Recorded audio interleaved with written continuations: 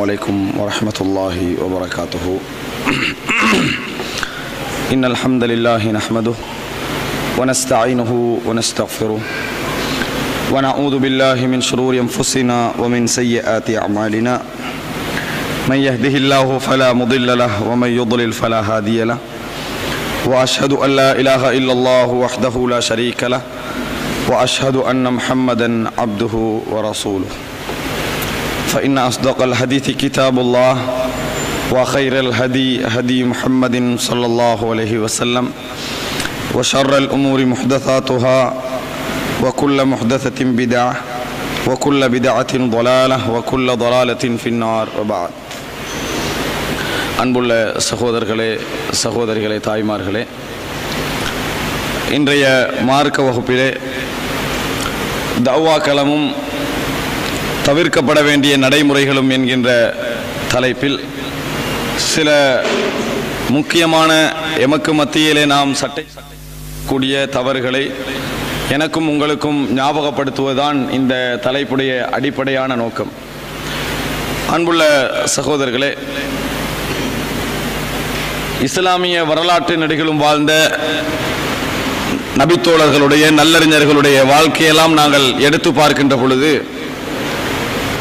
எப்படி அவர்கள் மார்க்கத்தை படிப்பதற்கு ஆர்வம் கொண்டார்கள், மார்க்கத்தை படித்துக் கொள்வதற்கு அவர்கள் சிரத்தை எடுத்துக் கொண்டார்கள், கஷ்டப்பட்டார்கள், அதற்காக முயற்சி செய்தார்களோ அதுக்கு உதாரணமாக வரலாற்றில் நாங்கள் இன்றைய காலத்தில் யாரையும் காண முடியாதோ அந்த அளவுக்கு மார்க்கத்தை படிப்பதற்கு ஒரு பெரியோர் கவனம் எடுத்தார்கள். அதே போன்று மார்க்கத்தை அமுல்படுத்துவதற்கு, நடைமுறைப்படுத்துவதற்கு, செயல்படுத்துவதற்கு, வணங்குவதற்கு, திக்ர் செய்வதற்கு, தொழுவதற்கு, அதே போன்று எனது இரவு நேரங்களில் தஹஜ்ஜத்தில் வணங்குவதற்கு, பிரார்த்தனைகளில், வணக்க வழிபாடுகளில் மிக நீண்ட ஒரு கவனம் எடுத்த வரலாற்றை எங்கள் இஸ்லாமிய சமுதாயத்தின் கடந்த கால வாழ்க்கையை நாங்கள் பார்க்கிறோம். அதே போன்று அந்த மார்க்கத்தை தான் படித்த, தான் அமல் செய்கின்ற விஷயத்தை பிறருக்கு எத்தி வைப்பதில் அவர்கள் எடுத்த கவனம் இருக்கிறதே, அதற்காக எடுத்த போராட்டம் இருக்கிறதே, அதற்கு ஒரு முன்னுதாரணத்தை நாங்கள் வேறு எங்கும் காண முடியாது. அதில் அவர்கள் சந்தித்த கஷ்டமான நிலைமைகளில் அவர்கள் காட்டிய பொறுமை, அவர்கள் காட்டிய அந்த அடக்கம், பணிவு என்பது இருக்கிறதே, உலகத்தில் வேற எந்த இடத்திலும் நாங்கள் அதற்கு முன்மாதிரி என்ன செய்ய முடியாது, காண முடியாது என்று சொல்கின்ற அளவில் அவர்கள் அந்த கவனம் இருந்தது. ஆனால் இவைகளை எல்லாம் தாண்டி, அதாவது மார்க்கத்தை படித்தல், மார்க்கத்தை அதாவது அமுல் செய்தல், மார்க்கத்தை பிறருக்கு எத்தி வைத்தல், அதில் வரக்கூடிய கஷ்டங்களில் பொறுமையாக இருத்தல், இந்த நான்கை தாண்டி அவர்கள் கூடுதலாக எதில் கவலைப்பட்டார்கள் என்று சொன்னால், எதில் அதிகமாக தங்கள் சிந்தனைகளை செலுத்தினார்கள் என்று சொன்னால், இஹ்லாஸ் என்கின்ற பகுதியில் தான். நாம் படித்த இந்த மார்க்கத்துடைய அறிவு இஹ்லாஸாக இறைவனுக்காக நாங்கள் படித்ததா, நாங்கள் படிக்கிறோமா, இந்த அமல்கள் நாங்கள் செய்கின்ற வணக்க வழிபாடுகள், செயல்பாடுகள், வணக்கங்கள் இறைவனுக்காக நாங்கள் செய்கிறோமா, இறைவனுக்காக நாங்கள் செய்கிறோமா, அல்லாஹ்வுக்காக வேண்டித்தான் எங்களை இந்த முழு வணக்கங்களும் இருக்கின்றனவா. இரண்டாவது. மூன்றாவது, நாம மார்க்கத்தை எத்தி வைக்கிறோமே, அதில் இவ்வளவு கவனம் செலுத்துகிறோமே, இவ்வளவு கஷ்டப்படுகிறோமே, இவைகளெல்லாம் அல்லாஹ்வுக்காக வேண்டி நடக்கின்றனவா. நாங்கள் பொறுமை காக்கிறோமே, எங்களது நஷ்டங்களில், நாங்கள் இழப்புகளில் எங்கள் பொறுமையை காட்டுகிறோமே, இது எல்லாம் அல்லாஹ்வுக்காக வேண்டி நடக்கின்றனவா என்கின்ற அந்த பகுதி இருக்கிறது. அவர்கள் இஹ்லாஸில் எடுத்த கவனம் உண்மையில் இன்றைய காலகட்டத்திலே நாம் அதாவது குறைவாகத்தான் இந்த சமுதாயத்திலே பார்த்து கொண்டிருக்கிறோம். எந்த விஷயத்தை அவர்கள் செய்துவிட்டாலும் அடிக்கடி அவர்களுடைய சிந்தனையில் இஹ்லாஸ் இருந்து கொண்டிருக்கும். நான் இந்த செய்த செயலை அல்லாஹு தஆலா அங்கீகரித்திருப்பானா, உண்மையில் எனக்கு நான் இந்த செய்த செயலுக்கும் இடையில் உலகத்தில் எந்த ஆதாயமும் எனக்கு இல்லையா, எனக்கு உள்நோக்கமும் இல்லையா என்கின்ற ஒரு விதமான அச்சம் அவர்களை என்ன செய்தது, அதாவது குடிகொண்டு கொண்டே இருந்தது, அவர்களது உள்ளங்களில் குடிகொண்டு கொண்டே இருந்தது. ஆனால் எங்களது காலகட்டத்திலே நாம் பார்க்கின்ற பொழுது நாம் படிக்கின்ற படிப்பில் திருப்தி அடைந்து விடுகிறோம், செய்கின்ற அமலில் திருப்தி அடைந்து விடுகிறோம், செய்கின்ற பிரச்சாரத்தில் மாறுதட்டிக் கொள்கிறோம், அப்படி நாங்கள் படுகின்ற கஷ்டத்தை பெருமையாக விளம்பரப்படுத்துகிறோம். இப்படிப்பட்ட ஒரு சூழ்நிலையை நாங்கள் ஜமாத்து வித்தியாசமின்றி, ஊரு வித்தியாசமின்றி, படித்தவர்கள் படிக்காதவர்கள் என்ற வித்தியாசமின்றி இன்றைக்கு சர்வசாதாரணமாக எல்லோரிடத்திலும் காண முடிகிறது. இந்த ஒரு கவலையான நிலை, நாளை மறுமை நாளில் இறைவன் எப்படி இந்த சமுதாயத்தில் அல்லாஹ்வுக்காக வேண்டி முயற்சித்தவர்களை பார்க்க போகிறானோ, அவர்களது முயற்சிகளை பார்க்க போகிறானோ, அதற்கெல்லாம் தாண்டி அந்த முயற்சிகள் எனக்காக நடந்தனவா என்று அல்லாஹ் பார்க்க போகிறான். அதான் பிரதானமான அம்சம். இறைவனுடைய விசாரணையில் பிரதானமான அம்சம் என்ன தெரியுமா? அது எனக்காக நடந்ததா என்பது இறைவன் பார்க்கக்கூடிய. என்றால் கண்ணியவான்களில் எல்லாம், பெருமை உள்ளவர்களில் எல்லாம் மிகவும் உயர்ந்தவன் அல்லாஹு தஆலா. இன்னொருவனுக்காக செய்த ஒன்றை தனக்காக என்று ஒரு நாள் ஏற்றுக்கொள்ள மாட்டான். இன்னொருவனுக்காக செய்த ஒன்றை, இன்னொருவனுக்காக நடந்த ஒன்றை தனக்காக நடந்தது என்று ஒரு பொழுதும் என்னது அல்லாஹு தஆலா சொல்ல, அன அக்ன ஷுரகா, நண்பர்களில் எல்லாம் மிகவும் தேவையற்றவன் நான் தான் என்றான் அல்லாஹு தஆலா. உங்களையே உங்களோட விஷயங்கள்ல இன்னொருத்தனுக்கு இருக்கிறதுல எனக்கு எந்த தேவையுமே இல்லை. அப்படிப்பட்ட அல்லாஹ் ரப்புல் ஆலமீன் அங்கே விசாரிக்க போகின்ற இடம் என்ன தெரியுமா? சோம்பேறிகளாக மார்க்கத்தை படிக்காமல், அமல் செய்யாமல், அதற்காக அதை பிரச்சாரம் செய்யாமல் இருந்தவர்களையும் விசாரிப்பான். அவர்களுக்கு அதற்குரிய தண்டனை அல்லாஹ் தஆலா கொடுப்பான். சிலரை விரும்பினால் மன்னிப்பான். ஆனால் முயற்சி எடுத்து அமல் செய்து அல்லாஹ்வுக்காக வேண்டி இந்த உலகத்தில் யாரெல்லாம் பாடுபடுகிறார்கள் என்று மக்களிடத்தில் எண்ணப்படுகிறார்களோ அவர்களுடைய விசாரணையில் அல்லாஹ் தஆலா இக்லாஸை பார்ப்பான்.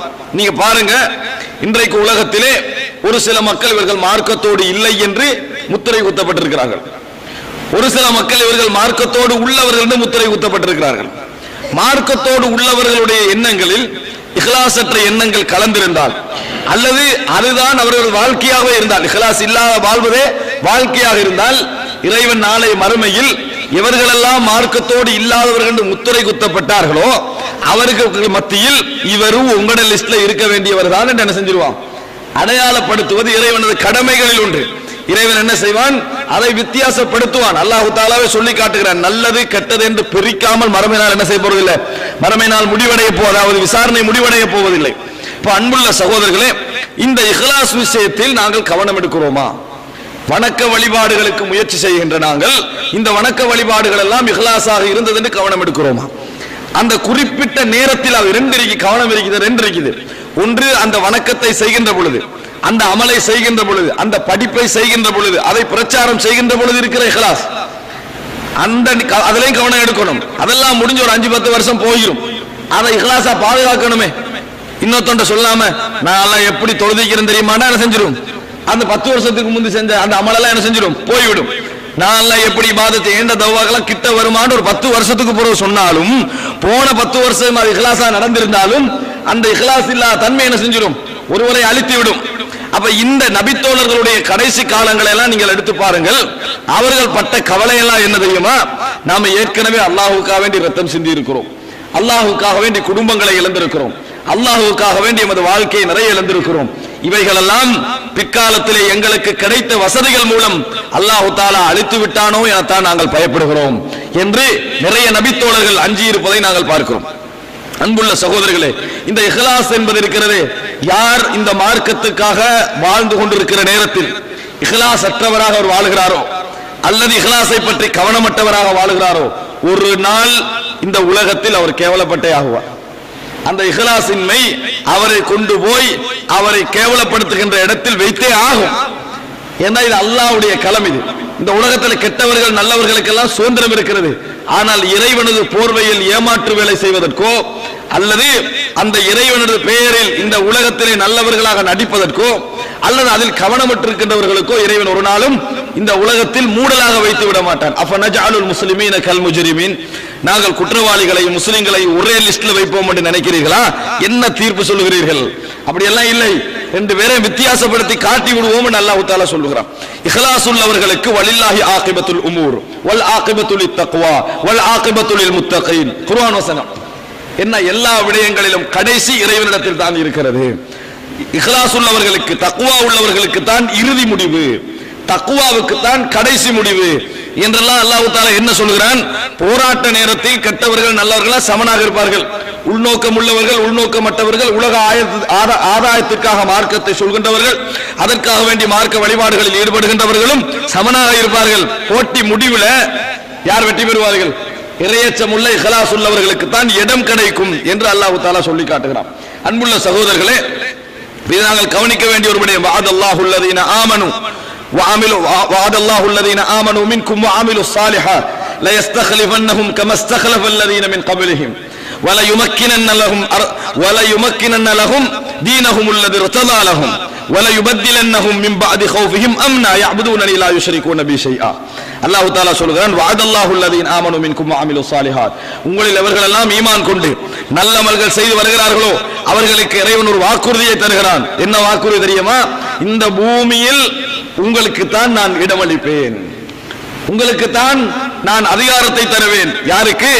யாரெல்லாம் வணக்கம் செய்து யாரெல்லாம் அமல் செய்கிறார்களோ அப்படிப்பட்ட உங்களுக்கு இந்த உலகத்திலே நான் என்ன செய்வேன்? இடம் தருவேன். லஸ்தக்லிபன்னஹும் கமஸ்தக்லபல்லதீன மின் கப்லிஹிம், இப்படித்தான் இதற்கு முன்னால் உள்ளவருக்கும் இந்த உலகத்தில் நான் இடம் கொடுத்தேன். யாருக்கு? ஈமான் கொண்டு அமல் செய்கின்றவர்களுக்கு தான் இந்த பூமி, அந்த இடத்தை நான் கொடுத்தேன். அதே மாதிரி நான் உங்களுக்கும் தருவேன். என்னெல்லாம் செய்வேன் தெரியுமா? இந்த பூமியை நீங்கள் நான் உங்களுக்கு பொருந்தி கொண்ட மார்க்கத்தை செய்வதற்காக நான் தோதுவாக்கி தருவேன். உங்களது அச்சங்களுக்கு மேலால் உங்களுக்கு நான் நிம்மதியை தருவேன்.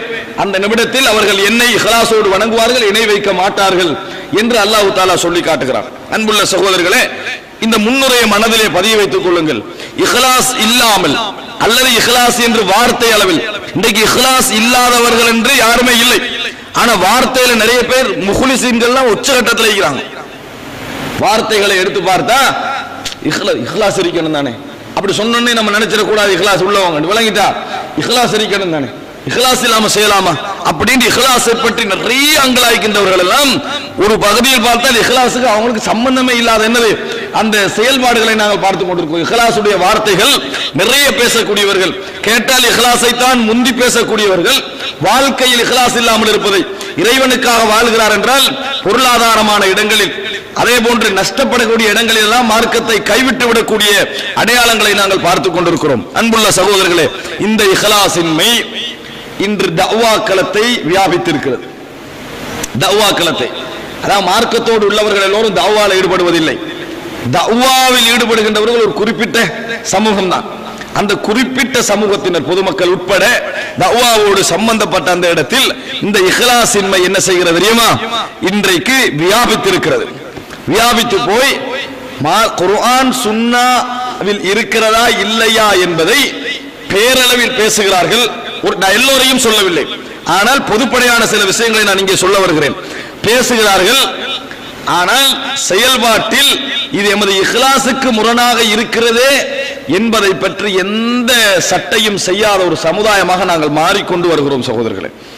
இதிலே ஒரு வேதனையான விஷயம், இந்த இது போன்ற விடயங்களை நாம் ஆரம்பங்களிலேயே சொல்லி விடாது விட்டால், எமது கடமைகளை நாம் இதற்கு முன்வைக்காது விட்டால், ஒரு நாளும் நாங்கள் இந்த மார்க்கத்தை முழுமையாக மக்களுக்கு சொன்னவர்களாக ஆக மாட்டோம் என்கின்ற ஒரு பொறுப்புணர்வில் தான் இந்த சில விஷயங்களை நான் சொல்ல வேண்டும் என்று நினைக்கிறேன். அன்புள்ள சகோதரர்களை, வெளிப்படையாக பேசப்பட வேண்டிய சில விடயங்கள், நான் ஒரு சிலவற்றை ஒவ்வொன்றாக இந்த இடத்திலே நான் சொல்லி வருகிறேன். இஹ்லாஸ் அற்ற சில அடையாளங்களை. அன்புள்ள சகோதரர்களே, மார்க்கத்தை செய்வது எத்தி வைப்பது கடமை, அதில் சந்தேகம் இல்லை.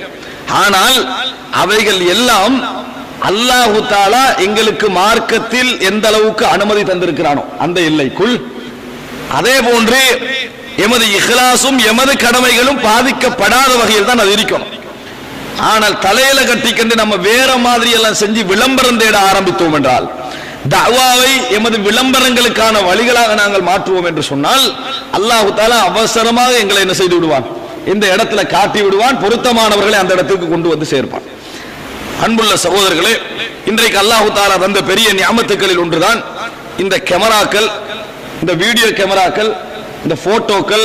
நம்ம அதை கேமரா யூஸ் பண்றோமே, இது அல்லாஹ் தந்த பெரிய நியாமத்துக்கள் என்று செய்திகளை இன்றைக்கு உலகத்துக்கு உடனுக்குடனாக கொண்டு போய் சேர்ப்பதற்கு, அதே போல வீடியோக்களாக சிடிக்களாக பதிவு செஞ்சு மக்களிடத்திலே கொடுப்பதற்கு தரப்பட்ட ஒரு நியமத்து இன்றைக்கு நிக்மத்தாக மாறிக்கொண்டிருக்கிறது.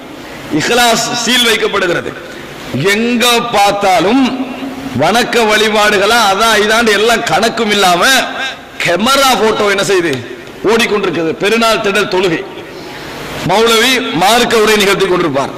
சத்தம் என்ன கேட்கும் சொல்லுங்க, ஒரு 10-15 பிளாஷ் பண்ற சத்தம் கேட்கும். என்ன போட்டோ அடிக்கிறாங்க. இதை ஒரு ஃபங்க்ஷன் ஆக்கி அதை ஒரு மார்க்க வழிபாடு நம்ம தொழுது முடிஞ்சாச்சு, அடுத்தது மார்க்க உரை போகுது, என்ன கடமை? அந்த இடத்திலிருந்து மார்க்க உரை கேட்பதானே கடமை. ஆனால் நீங்கள் பாருங்கள், பப்ளிக்காக இருந்து கொண்டு சுத்தி சுத்தி எலும்பி ஃபேமிலியை வச்சு என்ன செய்யறாங்க? அந்த மார்க்க உரை நடக்கிற நேரங்களில் போட்டோ அடிக்கின்ற காட்சியை நீங்கள் என்ன செய்வீர்கள்? காணுவீர்கள். முக்கியத்துவம், நான் ஒரு முக்கியத்துவம், இது என்ன, இதுல என்ன முக்கியத்துவம் இருக்கு நான் கேட்கிறேன். இதுல நாளை மறுமையில உனக்கு என்ன நன்மை இருக்கிறது? ஒரு மற்றவர்களுடைய அமல்களை பாழாக்கி கவனத்தை திசை திருப்புவதை விட வேறு என்ன லாபம் இதுல இருக்கிறது? சர்வசாதாரணமாக இதை நீங்கள் என்ன செய்யலாம், பார்க்கலாம். அதாவது போட்டோ கேமராக்கள் என்பது வணக்க வழிபாடுகள் போனாலும் பரவாயில்லை என்று சிதைக்கின்ற அளவுக்கு என்ன செய்திருக்கிறது, முழுமையாக என்று மாறி இருப்பது ஒரு கவலையான விஷயம். பெருநாள் திடல் என்று நீங்கள் வந்தால் இதை நிறையவே நீங்கள் காணுவீர்கள். இதை நாங்க சட்டை செய்வதும் இல்லை. எங்களை இருப்பவங்க சட்டை செய்வதாக போட்டோ அடிக்கிறத கண்டாலும் சிரிச்சுட்டு அமைதியாக இருந்தது. தட்டி கோபப்படுகின்ற உணர்வுகள் இல்லை. எந்த அளவுக்கு மாறிவிட்டது?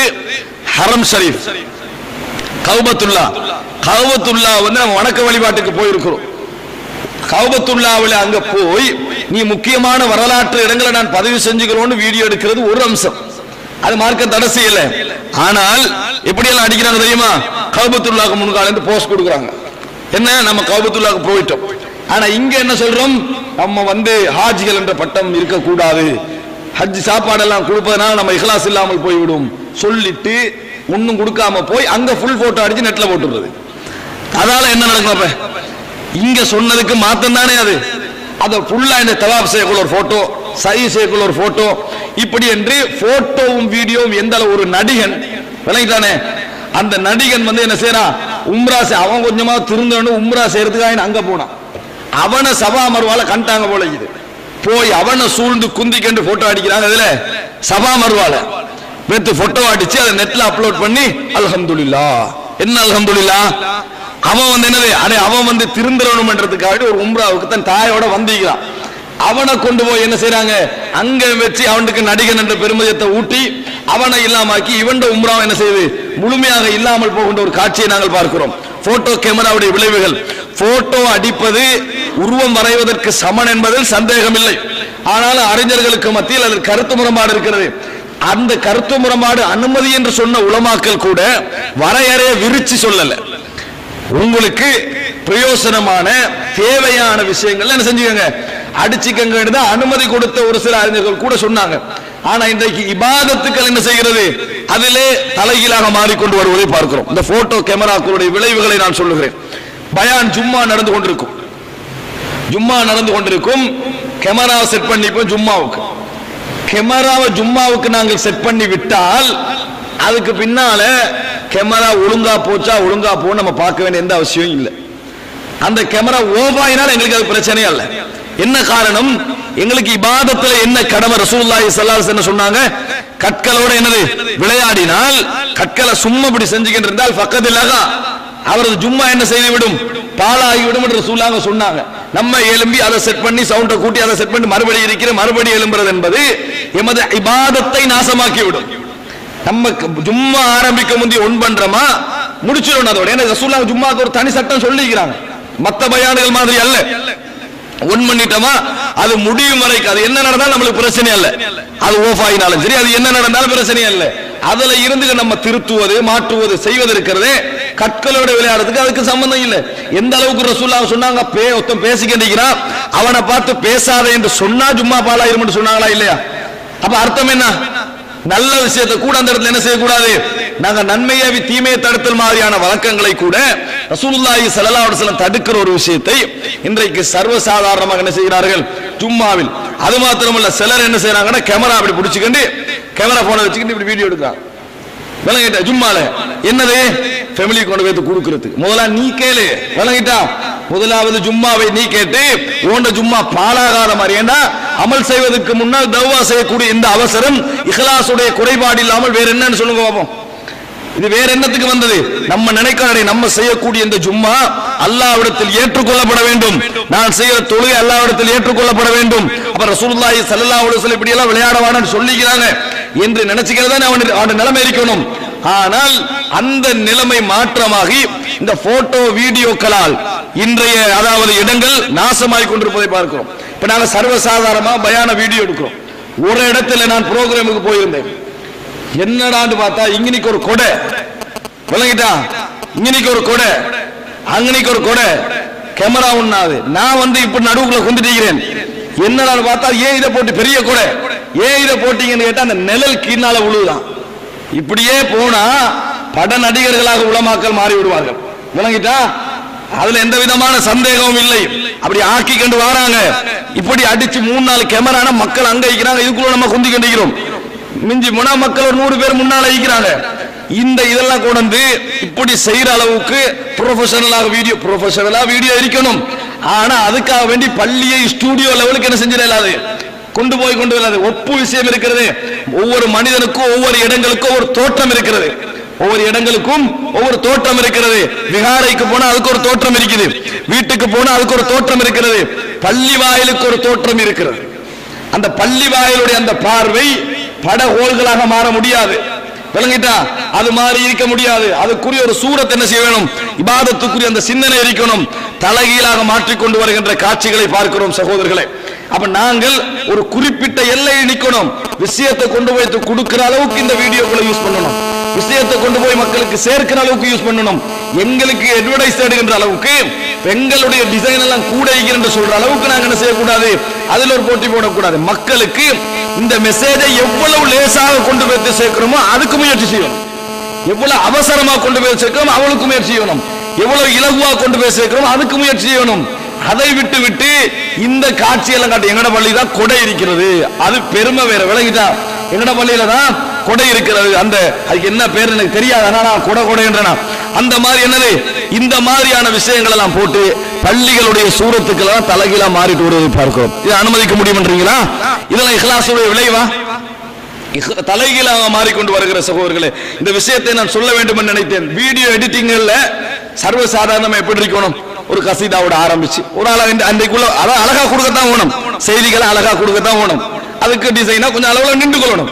ஆனா அதுலயே மெனக்கணும். பள்ளி அழகாக இருக்கணும்ன்றது அடிப்படை அல்ல, பள்ளி அழகா வச்சுக்கணும். இபாதத்து தான் கூட இருக்கணும். பள்ளி அலங்கோலமா வைக்க தெரியல இஸ்லாம், பள்ளி அழகா வச்சுக்கணும். ஆனா அழகுதான் தாக்கத்தாகி இபாதத் ரெண்டாகினா அது பிள்ளை. அழகாக இருக்க வேண்டிய இபாதத்தா ஃபர்ஸ்டாக இருக்கணும். ரசூல் ஸல்லல்லாஹு அலைஹி வஸல்லம் சொன்னாங்க, அதாவது மசாஜிதுஹும் ஆமிரா, பள்ளி வாயில்கள்லாம் வளர்ந்து போயிருக்கும், ஆனால் அவங்களுடைய வணக்கங்கள் ஒன்றும் இல்லாம இருக்கும். அந்த லெவலுக்கு போக கூடாது. அழகு என்பது ஒரு வழிமுறையாக இருக்க வேண்டும். அப்ப நம்ம மக்கள்கிட்ட ஒரு சீடியை கொடுக்கிறோமா, அது அழகா போய் சேரணும் என்பதற்காக ஒரு அளவுல செய்யறது ஓகே. என்ன செய்யறாங்க தெரியுமா, மௌலவியோட பயான்ல வலது சைட்ல மௌலவி இருக்கிறாரு, திடீர்னு பெல்ட் அடிக்கிறார். மௌலவி பெல்ட் அடிச்சு வந்து கீழ் மூலையில வந்து சேர்றாரு வீடியோல. விளங்கிட்டா, கேட்டா எடிட்டிங்கா, திடீர்னு எப்படி விரிஞ்சு பெருசா உடைஞ்சு போறாரு. விளங்கிட்டா, இது கேட்டா இதுல நான் கேட்கிறேன், இது எதுக்காக வேண்டி செய்றீங்கன்னு கேட்கிறேன். இதுல வந்து என்ன மறுமையினால உங்களுக்கு என்ன கிடைக்கும், இப்படி செஞ்ச மௌலவியை போட்டோ உடைச்சு தாளாக்கினா இதுல அவருக்கு என்ன லேசா செய்தி கிடைக்குது, இதுல என்ன இருக்கு, இல்ல அப்படி கொடுத்தா என்னன்னு கேட்கிறேன். இதை யாரை ஃபாலோ பண்ணி நாங்கள் எடுக்கிறோம் யோசிக்கணுமா இல்லையா? செய்தி எப்படி கொடுக்கணும், ஒரு மெசேஜை கொடுக்கிறோமா, வீடியோ போயிட்டு விளங்கிட்டால் வீடியோ எங்கள்கிட்ட போயிட்டு இருக்குது. அன்புள்ள சகோதரர்களே, நாங்களாக இங்கே எங்களால் செய்யப்படுகின்ற வீடியோக்களில் இந்த குறைகளை நீங்கள் காண மாட்டீர்கள் இன்ஷா அல்லாஹ். ஆனால் வெளியிடங்களிலே நிறைய இந்த எடிட்டிங்களை நாங்கள் கண்டு கொண்டிருக்கிறோம். கவலையான ஒரு விஷயம் சகோதரர்களே. என்ன காரணம் சொல்லுங்க பார்ப்போம். ஆளை போட்டு எடிட் அடிச்சு பெல்ட்டி அடிக்க வச்சு ஆளை ஓட வச்சு திடீர்னு காணாம போறாரு, திடீர்னு வாராரு, பின்னால பெரிய சவுண்டோட பாயிறாரு. விளங்கிட்டா, இப்படி எல்லாம் வந்தா மார்க்க உரைகளை நாங்க கொண்டு போய் மக்களுக்கு சேர்த்து கொண்டிருக்கிறோம். எங்களோட உள்நோக்கம் என்னன்னு கேட்கிறாரு.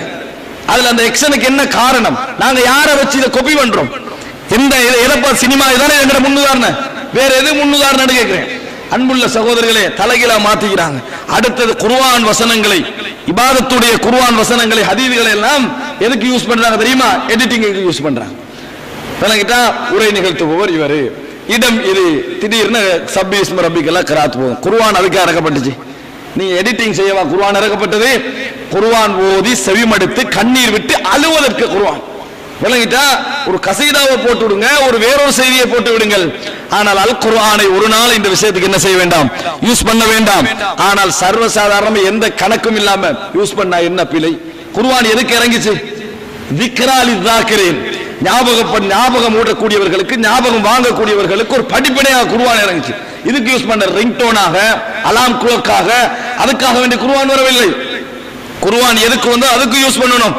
பாட்டுக்கு பதிலா இதை போடுறோம்டா குர்ஆனை பாட்டுக்கு பதிலா போற, பாட்டுக்கு பதிலா வேற ஒன்றை போடு, கசீதா போட்டுட்டு வேற ஒன்றை போட்டுட்டு ஒரு சின்ன எலாட்டை போட்டு. ஆனால் அது குர்ஆனை எடிட்டிங்குக்கு யூஸ் பண்ணுவது இருக்கிறது தவறான விஷயம். ஒரு விஷயத்தை கோட் பண்ண வேண்டும் என்றால் ஒரு குர்ஆன் வசனத்தை நீங்க போட்டு காட்டுங்க. ஆனால் முன்னால உள்ள விஷயங்களுக்கு குர்ஆன் வசனத்தை கொண்டு போய் இந்த மாதிரி சித்தரிப்பது இருக்கிறது. இந்த அணுகுமுறைகள் அல்லாஹு அலம் இஹ்லாஸுக்கு முரணான செயல்பாடுகள், எம்மை தவறான வழிக்கு கொண்டு போகக்கூடிய செயல்பாடுகள். அன்புள்ள சகோதரர்களே, இது மாத்திரமல்ல, இதுல சொல்ல வேண்டிய இன்னொரு முக்கியமான விஷயம் என்ன தெரியுமா? சிடி மக்களுக்கு மத்தியில சிடியை இன்றைக்கு என்னது கொண்டு போய் சேர்க்கிறோம். இது ரெண்டாவது நான் சொல்லணும், பயான்கள் மூலமாக கொண்டு போய் சேர்க்கிறோம். இப்ப பயான் என்ற சொல்லலாம் உருவட்டுட்டு 4 சிடி இருக்கிற, இந்த மௌலையில 4 சிடிக்கு, அந்த மௌலையில 5 சிடி, இப்ப பயான் உருவட்டு 4 சிடி 5 சிடி என்ற லெவலுக்கு வந்துட்டு சிடிகளை கொண்டு போய் சேர்க்கிறோம். ஆனால் இந்த சிடிக்கு இப்ப புதுசா ஆரம்பிச்சுக்கிறாங்கன்னா போட்டோ, மௌலவியோட போட்டோ அடிக்கிறது. மௌலவியோட போட்டோ அதில் அடிச்சாச்சு. அவர் எப்படி இருக்கிறாரு? திடீர்னு உண்டுல இப்படி இருக்கிறாரு, உண்டுல இப்படி இருக்கிறாரு, விளங்கிட்டானே, உண்டுல வாயை திறந்துட்டு இருக்கிறாரு, உண்டுல வாயை மூடிட்டு இருக்கிறாரு, போட்டோ வச்சு கீழே அடிக்கிறாங்க. கேட்டா சொல்றாங்க மௌலவி யாருன்னு தெரியும் தானே. நான் கேட்கிறேன், ஏன் சிடிக்கள் இப்ப கதாநாயக தன்மை என்ன செய்யறாங்க? உண்டாக்கிட்டு வராங்க. மார்க்கத்தை விட மார்க்கத்தை பேசுகின்றவர்களுக்கு வெளியே கொடுத்து கொண்டு வராங்க. மார்க்கத்தை விட நீ குர்ஆனையும் சுன்னாவையும் தான் தேடக்கூடியவராக இருந்தா உங்களுக்கு ஒரு சில மௌலவிமார்களுடைய பயான்கள் உரைகள் விருப்பமாக இருக்கலாம். அதற்காக வேண்டி போட்டோ மூலம் நம்ம அதை அடையாளப்படுத்த வேண்டிய அவசியம் என்னது எங்களுக்கு இல்லை. போட்டோ எல்லாம் போட்டு கவர் பண்ணி பள்ளி வாயிலுக்கு முன்னால உருவப்படங்கள் வேண்டிய மட்டும் பார்க்கிறோம். வியாபார நேரங்களில் கிட்டத்தட்ட 60-70 உருவப்படங்கள் ஒவ்வொரு மௌலவிமாரையும். அதுலயும் கவலை, உருவப்படங்களை தடுக்க வேண்டியவர்களுடைய உருவங்கள், விளங்கிட்டா? உருவப்படங்களை தடுக்க வேண்டியவர்களுடைய உருவங்கள் பள்ளி வாயிலுக்கு முன்னால் சிடிக்களின் பேரில் வியாபாரம் நடத்தப்படுவது இருக்கிறது. உண்மையிலே வேதனைக்கும் வேதனையான விஷயம். பெயரை போட்டு தலைப்பை போட்டு அழகா ஒரு ஸ்டிக்கர் அடிச்சு கொடுத்தாச்சு, முடிஞ்சது. அதுக்கு பிறகு ஆல்ட போட்டோவை போட்டு அவர கை போட்டு, அதுவும் என்னது குறிப்பா எக்ஷன் உள்ள ஒரு தம்ப்நெயில பார்த்து கோபி அந்த மாதிரி அடிச்சு மக்களுக்கு மத்தியில் என்ன செய்யறாங்க? இஷ்யூ பண்ணுகிறார்கள். இதை கேட்டா என்ன தவறுன்னு கேட்கிறாங்க. ஒரு ஆர்டிக்கலை கொடுத்தா போடுறதுக்கு அந்த ஆர்டிக்கல்ல போட்டோவை போடுறாங்க. அன்புள்ள சகோதரர்களே, போட்டோ போடவான போடோ இல்ல, கொஞ்சம் விளங்கணும் தானே. 1400 வருடங்களாக ரசூலுல்லாஹி ஸல்லல்லாஹு அலைஹி வஸல்லம் உடைய உருவம் தெரியாமல தானே இந்த 1160 கோடி மக்கள் பின்பற்றிக்கின்றாங்க. உருவத்தால தான் எஃபெக்ட் வரும்னா அல்லாஹ்வுடைய உருவம் எங்களுக்கு தெரியுமா? எப்படி பெரிய ஒரு தாக்கத்தை எங்களுடைய உள்ளத்துக்குள்ள அது ஏற்படுத்துகிறது. உருவம் என்கின்ற இந்த சிந்தனை இருக்கிறது. நாங்கள் சினிமாவை கொப்பி பண்ணுகிறோம் என்பதற்கான நாளை ஒரு காலம் வரலாம். மௌலவியோட தலைப்பு பயான் மட்டும் தானே அடிக்கிறீங்க, பேனர்ல போட்டோ அடிப்பாங்க பாருங்க. பயான் போட்டோ இன்றைக்கு எப்படி அடுத்த மத குருமார்கள் இவருடைய தேசனாவை என்று சொல்லி போட்டு மத குருவோட போட்டோவை அடிக்கிறாங்களோ அது மாதிரி எங்கட போஸ்டர்கள் என்ன செய்யும்? மௌலவிமாரோட போட்டோக்கள் எட்டாக வேண்டி வரும். அப்படின்னா வரும் அந்த ஒரு காலம், ஒரு போட்டோ வந்தது அதோட முடிச்சிட்டாங்க, செய்யல. அந்த வேலைகள் செய்யற அளவுக்கு வந்தால் இஹ்லாஸ் இன்மை தொடர்ந்து கொண்டிருக்கிறது. இஹ்லாஸோட வருகின்றவருடைய இஹ்லாஸ் என்ன செஞ்சிடும்? காணாம போற ஒரு காலகட்டம் வரும். இதுக்கு நாங்கள் ஒரு நாள் அனுமதிக்க கூடாது. சரி, பயான் சிடியில போட்டோ வந்துட்டு வைக்கல, இப்ப அதெல்லாம் தாண்டி அந்த சிடிக்களோட இஸ்லாம் விஞ்ஞானத்தை அனுமதிக்கிறது என்ற பெயர்ல டிஸ்கவரி சேனல்ல வர பாம்பு, பூரான், கரப்பத்தான் வணங்கிட்டா இந்த சிடி எல்லாம் சேர்த்து அந்த சிடியோட இப்ப வியாபாரம் போகுது. பள்ளி வாயிலுக்கு முன்னுக்கால அதுல என்ன இருக்குது? மியூசிக் இருக்குது. ஆபாசமான தோற்றத்தில் பெண்கள் வராங்க. ஆய்வு என்ற பெயரில் பள்ளி வாயில்களுக்கு முன்னால் என்று இசையோடு உள்ள வாங்கலாம். நடக்குதா இல்லையா? பள்ளி வாயில்களுக்கு முன்னால பெண்களோடு உள்ள உருவம் வாங்கலாம். அண்மையில் ஒரு இடத்துக்கு போன நேரத்தில் ஒரு கவலையான விஷயம், அப்பதான் இது பேசணும் எண்ணம் வந்தது. பார்த்தால் ஒரு சிடி, அந்த சிடியை எடுத்து பார்த்தா ஒரு 12-13 வயது ஒரு அழகான ஒரு பெண்மணியுடைய உருவம் முன்னால அடிச்சு வச்சிருக்குது. கேட்டால் இஸ்லாமிய கசீதா, பள்ளி வாசலுக்கு முன்னுக்கால. அப்ப நான் சொன்னேன், அதை எடுத்து நீங்க என்ன செய்ய, அதை இது அவ்வளவு விற்கிற அவ்வளவு பொருத்தம் இல்லைன்னு அப்ப உணர்ந்தேன். இது வளர்ந்துட்டு வந்தது என்று சொன்னால் நம்ம மார்க்க உரை நிகழ்த்துல எந்த பிரயோஜனமே இல்லை. அன்புள்ள சகோதரர்களே, அப்ப பெண்களுடைய உருவங்கள் எல்லாம் போட்டி பெறுது கசீதா என்ற பெயரில் அடிக்க ஆரம்பித்து விட்டார்கள். ரசூல் ஸல்லல்லாஹு அலைஹி வஸல்லம் அவர்கள் 9 வயதில் ஆயிஷா ரலியல்லாஹு அன்ஹா வாழ்ந்தார்கள் என்று சொல்கிறோம். 13 வயசு பெண்மணியோட போட்டோ அடிச்சு போஸ்டர்ல போடுறோம். அப்ப என்ன சொல்றோம்? ரசூல் ஸல்லல்லாஹு அலைஹி வஸல்லம் அவர்கள் சின்ன பிள்ளை தான் செஞ்சாங்க, திருமணம் முடிச்சாங்க. நாங்க பாருங்க 13 வயசு போட்டிக்கிறோமா இல்லையா? பார்த்தா பரவாயில்லைன்னு சொல்றோம். அதான் அர்த்தம். என்ன சொல்ல பாடத்தை சமுதாயத்துக்கு படிப்பிக்கிறோம்? போட்டோக்களை அடிச்சு போடுறாங்க.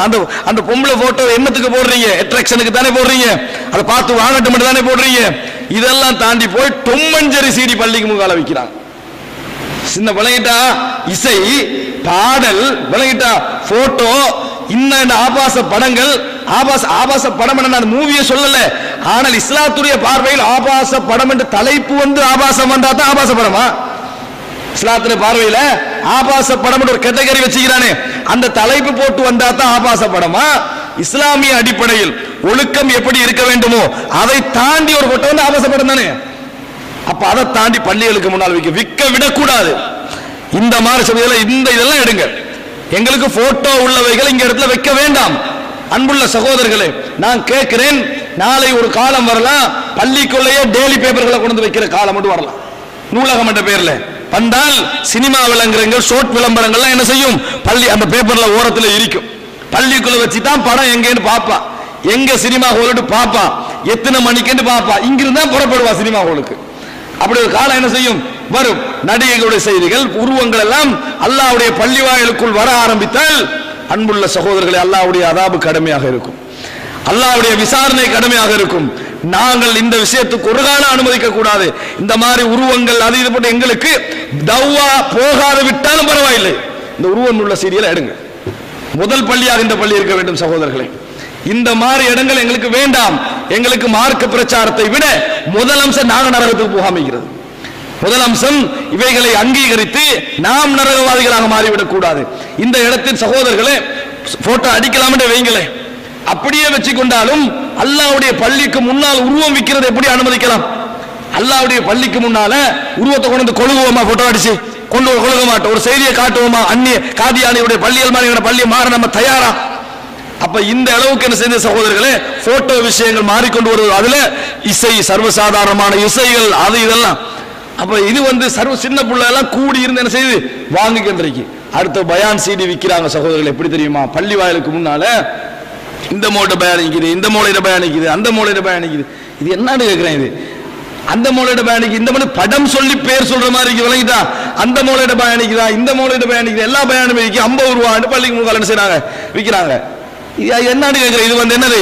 யார் குர்ஆன் சுன்னாவை பிரச்சாரம் பண்ணி எங்களை குந்தி கட்டிக்கிறோம். அந்த மூலையிட பயானிக்குது, இந்த மூலையிட பயானிக்குது, நம்ம போக வேண்டிய மதுகபுக்கு அப்படித்தானே அர்த்தம். நாங்க குர்ஆன் சுன்னா என்று சொல்கிறோம், அவருடைய பயான் இருக்குது, இவருடைய பயான் இருக்குது என்று சொல்றது இருக்கிறது. ஒரு வகையில் குர்ஆன் சுன்னாவுக்கான அந்த அவங்களே செய்யலை. என்ன சாபி மதபுடைய பயான் இருக்குது, ஹனவி மதபுடைய பயான் இருக்குது சொன்னா நம்ம என்ன சொல்லுவோம்? குர்ஆன் சுன்னாதான். சாபி மதபுடைய பயானிக்கான சொல்லக்கூடாதுன்னு சொல்லிட்டு அவருடைய பயான் இருக்குது, இவருடைய பயான் இருக்குது நாங்க சொன்னா யாரை நோக்கி நாங்கள் அழைக்கிறோம்? யாரை நோக்கி எங்களை பிரச்சாரத்தை கொடுக்கிறோம்? ஒரு நாள் இதை நம்ம என்ன செய்யக்கூடாது, அங்கீகரிக்க கூடாது. ஒரு கவலையிலும் கவலையான விஷயம். நாளைக்கு இது எப்படி போகுமோ தெரியாது. பயான் சீடிகள்லாம் அப்படி ஒரு பக்கம் இருக்க, தொம்மஞ்ச சீடி, அந்த சீடி, இந்த சீடி, இப்படின்னு நிறைய சிறுவர்களுக்குரிய சீடி என்று நிறைய வச்சுக்கிறாங்க.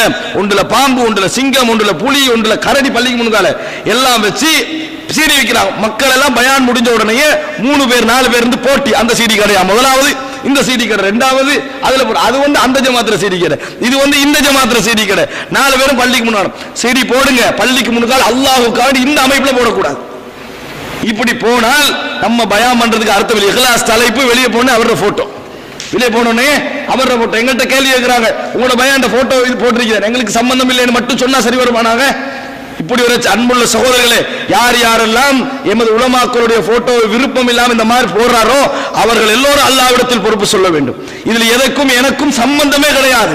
அதே போன்று ஒவ்வொரு உலமாக்களும் சொல்லணும், இந்த விஷயத்துல போட்டோ போடக்கூடாது என்கின்ற விஷயத்தை. பள்ளி வாயிலுக்குள், ஒரு பள்ளி வாயிலுக்குள்ள போறோம் அன்புள்ள சகோதரர், போற நேரத்தில் பள்ளி வாயில் முன்பகுதியில் கண்ணாடி ஃபுல்லா உருவங்கள், உலமாக்கள் உருவங்கள்.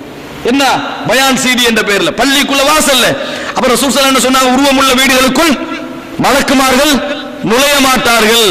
அன்றைய உருவமாக கொஞ்சம் கொச்சையா இருக்கும், இன்னைக்கு தெளிவா இருக்குது. மலக்குமார்கள் நுழைய மாட்டார்கள், அல்லாஹ்வுடைய பள்ளி வாயிலுக்குள் மலக்கு வர மாட்டாங்கன்னு அர்த்தம் தானே. இந்த மாதிரி செய்தான்னு சொன்னால், அப்ப இந்த மாதிரியான நடவடிக்கைகள் எல்லாம் நடப்பது அன்புள்ள சகோதரர்களே வேதனையிலும் வேதனை என்பதை புரிந்து கொள்ள வேண்டும். இது இஹ்லாஸுக்கு எதிரான நடவடிக்கைகள். இது இன்றைக்கு இல்லாமல் போக வேண்டிய விஷயம். அதற்காக நான் வலியுறுத்தி சுட்டிக்காட்டிக் கொள்கிறேன். இதில் இயன்ற அளவுக்கு நாங்கள் என்ன செய்ய வேண்டும்? ஒதுங்கி நடந்து கொள்ள வேண்டும். உருவமுள்ளவைகளை அனுமதிக்க கூடாது. தவ்வால நம்ம என்ன செய்ய வேண்டாம், அதை யூஸ் பண்ண வேண்டாம் என்பதை அழுத்தம் திருத்தமாக நாங்கள் சொல்லிக் கொள்ள வேண்டும். அடுத்ததாக அதில் இன்னொன்று சொல்ல வேண்டும், இஸ்லாமிய சஞ்சிகைகள், குர்ஆன் சுன்னா அடிப்படையில் பேசுகின்ற சஞ்சிகைகள் தேவையில்லாம பெண்களோட போட்டோல என்ன செய்யறாங்க, போடுறாங்க. தேவையில்லாம எந்த தேவையுமே இல்லை. அந்த போட்டோ ஏன் தான் போடுறாங்கன்னு இல்லை, அந்த போட்டோக்குள்ள சர்வசாதாரண போடுறாங்க. கேட்டா இஸ்லாமிய மீடியான்றாங்க. இஸ்லாமிய மீடியான்னா உனக்கு அவனுக்கு இஸ்லாத்தை பேசுறத தவிர வேற எந்த வித்தியாசம் இல்லையா? என்ன இஸ்லாமிய மீடியானா என்ன? பெண்களுடைய போட்டோ போட்டா இஸ்லாமிய மீடியாவா? அப்படியான செய்திகள் எல்லாம் போடுவது இருக்கிறது. அன்புள்ள சகோதரர்களே, இஸ்லாமிய டிவி என்ன ஆரம்பிச்சா எப்படி போகும்னு பாத்துக்கங்க. பேப்பர்லயே இந்த ஓட்டம் ஓடுது என்று சொன்னால் மத்த மாடி வந்தா எந்த மாதிரி நடந்து கொள்ளுங்கள் நடக்கும் என்பதை நீங்கள் பார்த்துக் கொள்ளுங்கள். அன்புள்ள சகோதரர்களே, தவிர்க்கப்பட வேண்டும். இவைகளெல்லாம் இஹ்லாஸுக்கு முரணானது. எங்களுக்கு எந்த ஒரு பிரயோஜனத்தை மறுமையினாலும் தரக்கூடியதல்ல. இன்னும் சொல்ல போனால் பாவங்களை எம் மீது எழுதி எமது அமல்களை பாழாக்கி நரகத்துக்கு எம்மை கொண்டு செல்லக்கூடிய ஒரு விஷயம் என்பதை நாங்கள் புரிந்து கொள்ள வேண்டும். அன்புள்ள சகோதரர்களே, மூன்றாவது, இந்த தௌவா களத்திலே ஒரு வெறுக்கத்தக்க ஒரு நிலை வளர்ந்து வருகிறது. என்ன தெரியுமா? எல்லா நான் இது தௌஹீதுக்கு உட்பட்ட வெளியே உள்ள எல்லா பொருளும் நான் சுட்டிக்காட்டி சொல்கிறேன். முஸ்லிம் இஸ்லாம் என்கின்ற அந்த அடிப்படை ஒவ்வொரு மனிதனும் தண்ட எல்லைக்குள்ள மார்க்கத்தை பிரச்சாரம் செய்து கொள்ள ஒரு இயக்கத்தை, ஒரு மூவ்மெண்ட்டை, ஊராக ஒரு குரூப்பாக இருந்து செயல்படுவதெல்லாம் தவறு கிடையாது.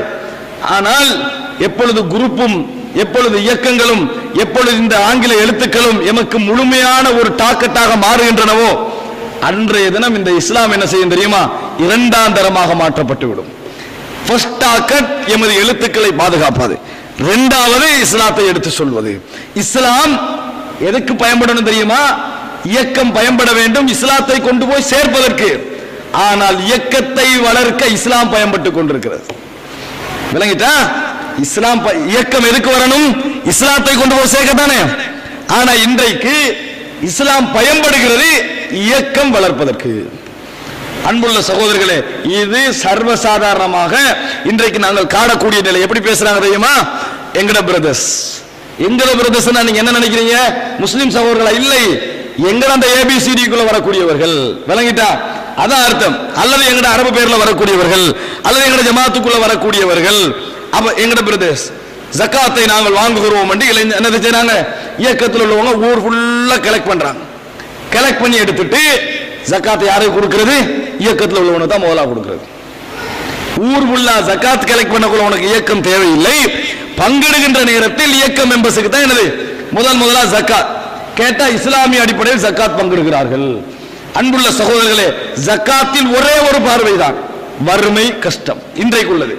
மற்ற ஆறு இன்றைக்கு என்ன செய்யல, நாங்க பார்க்கவில்லை.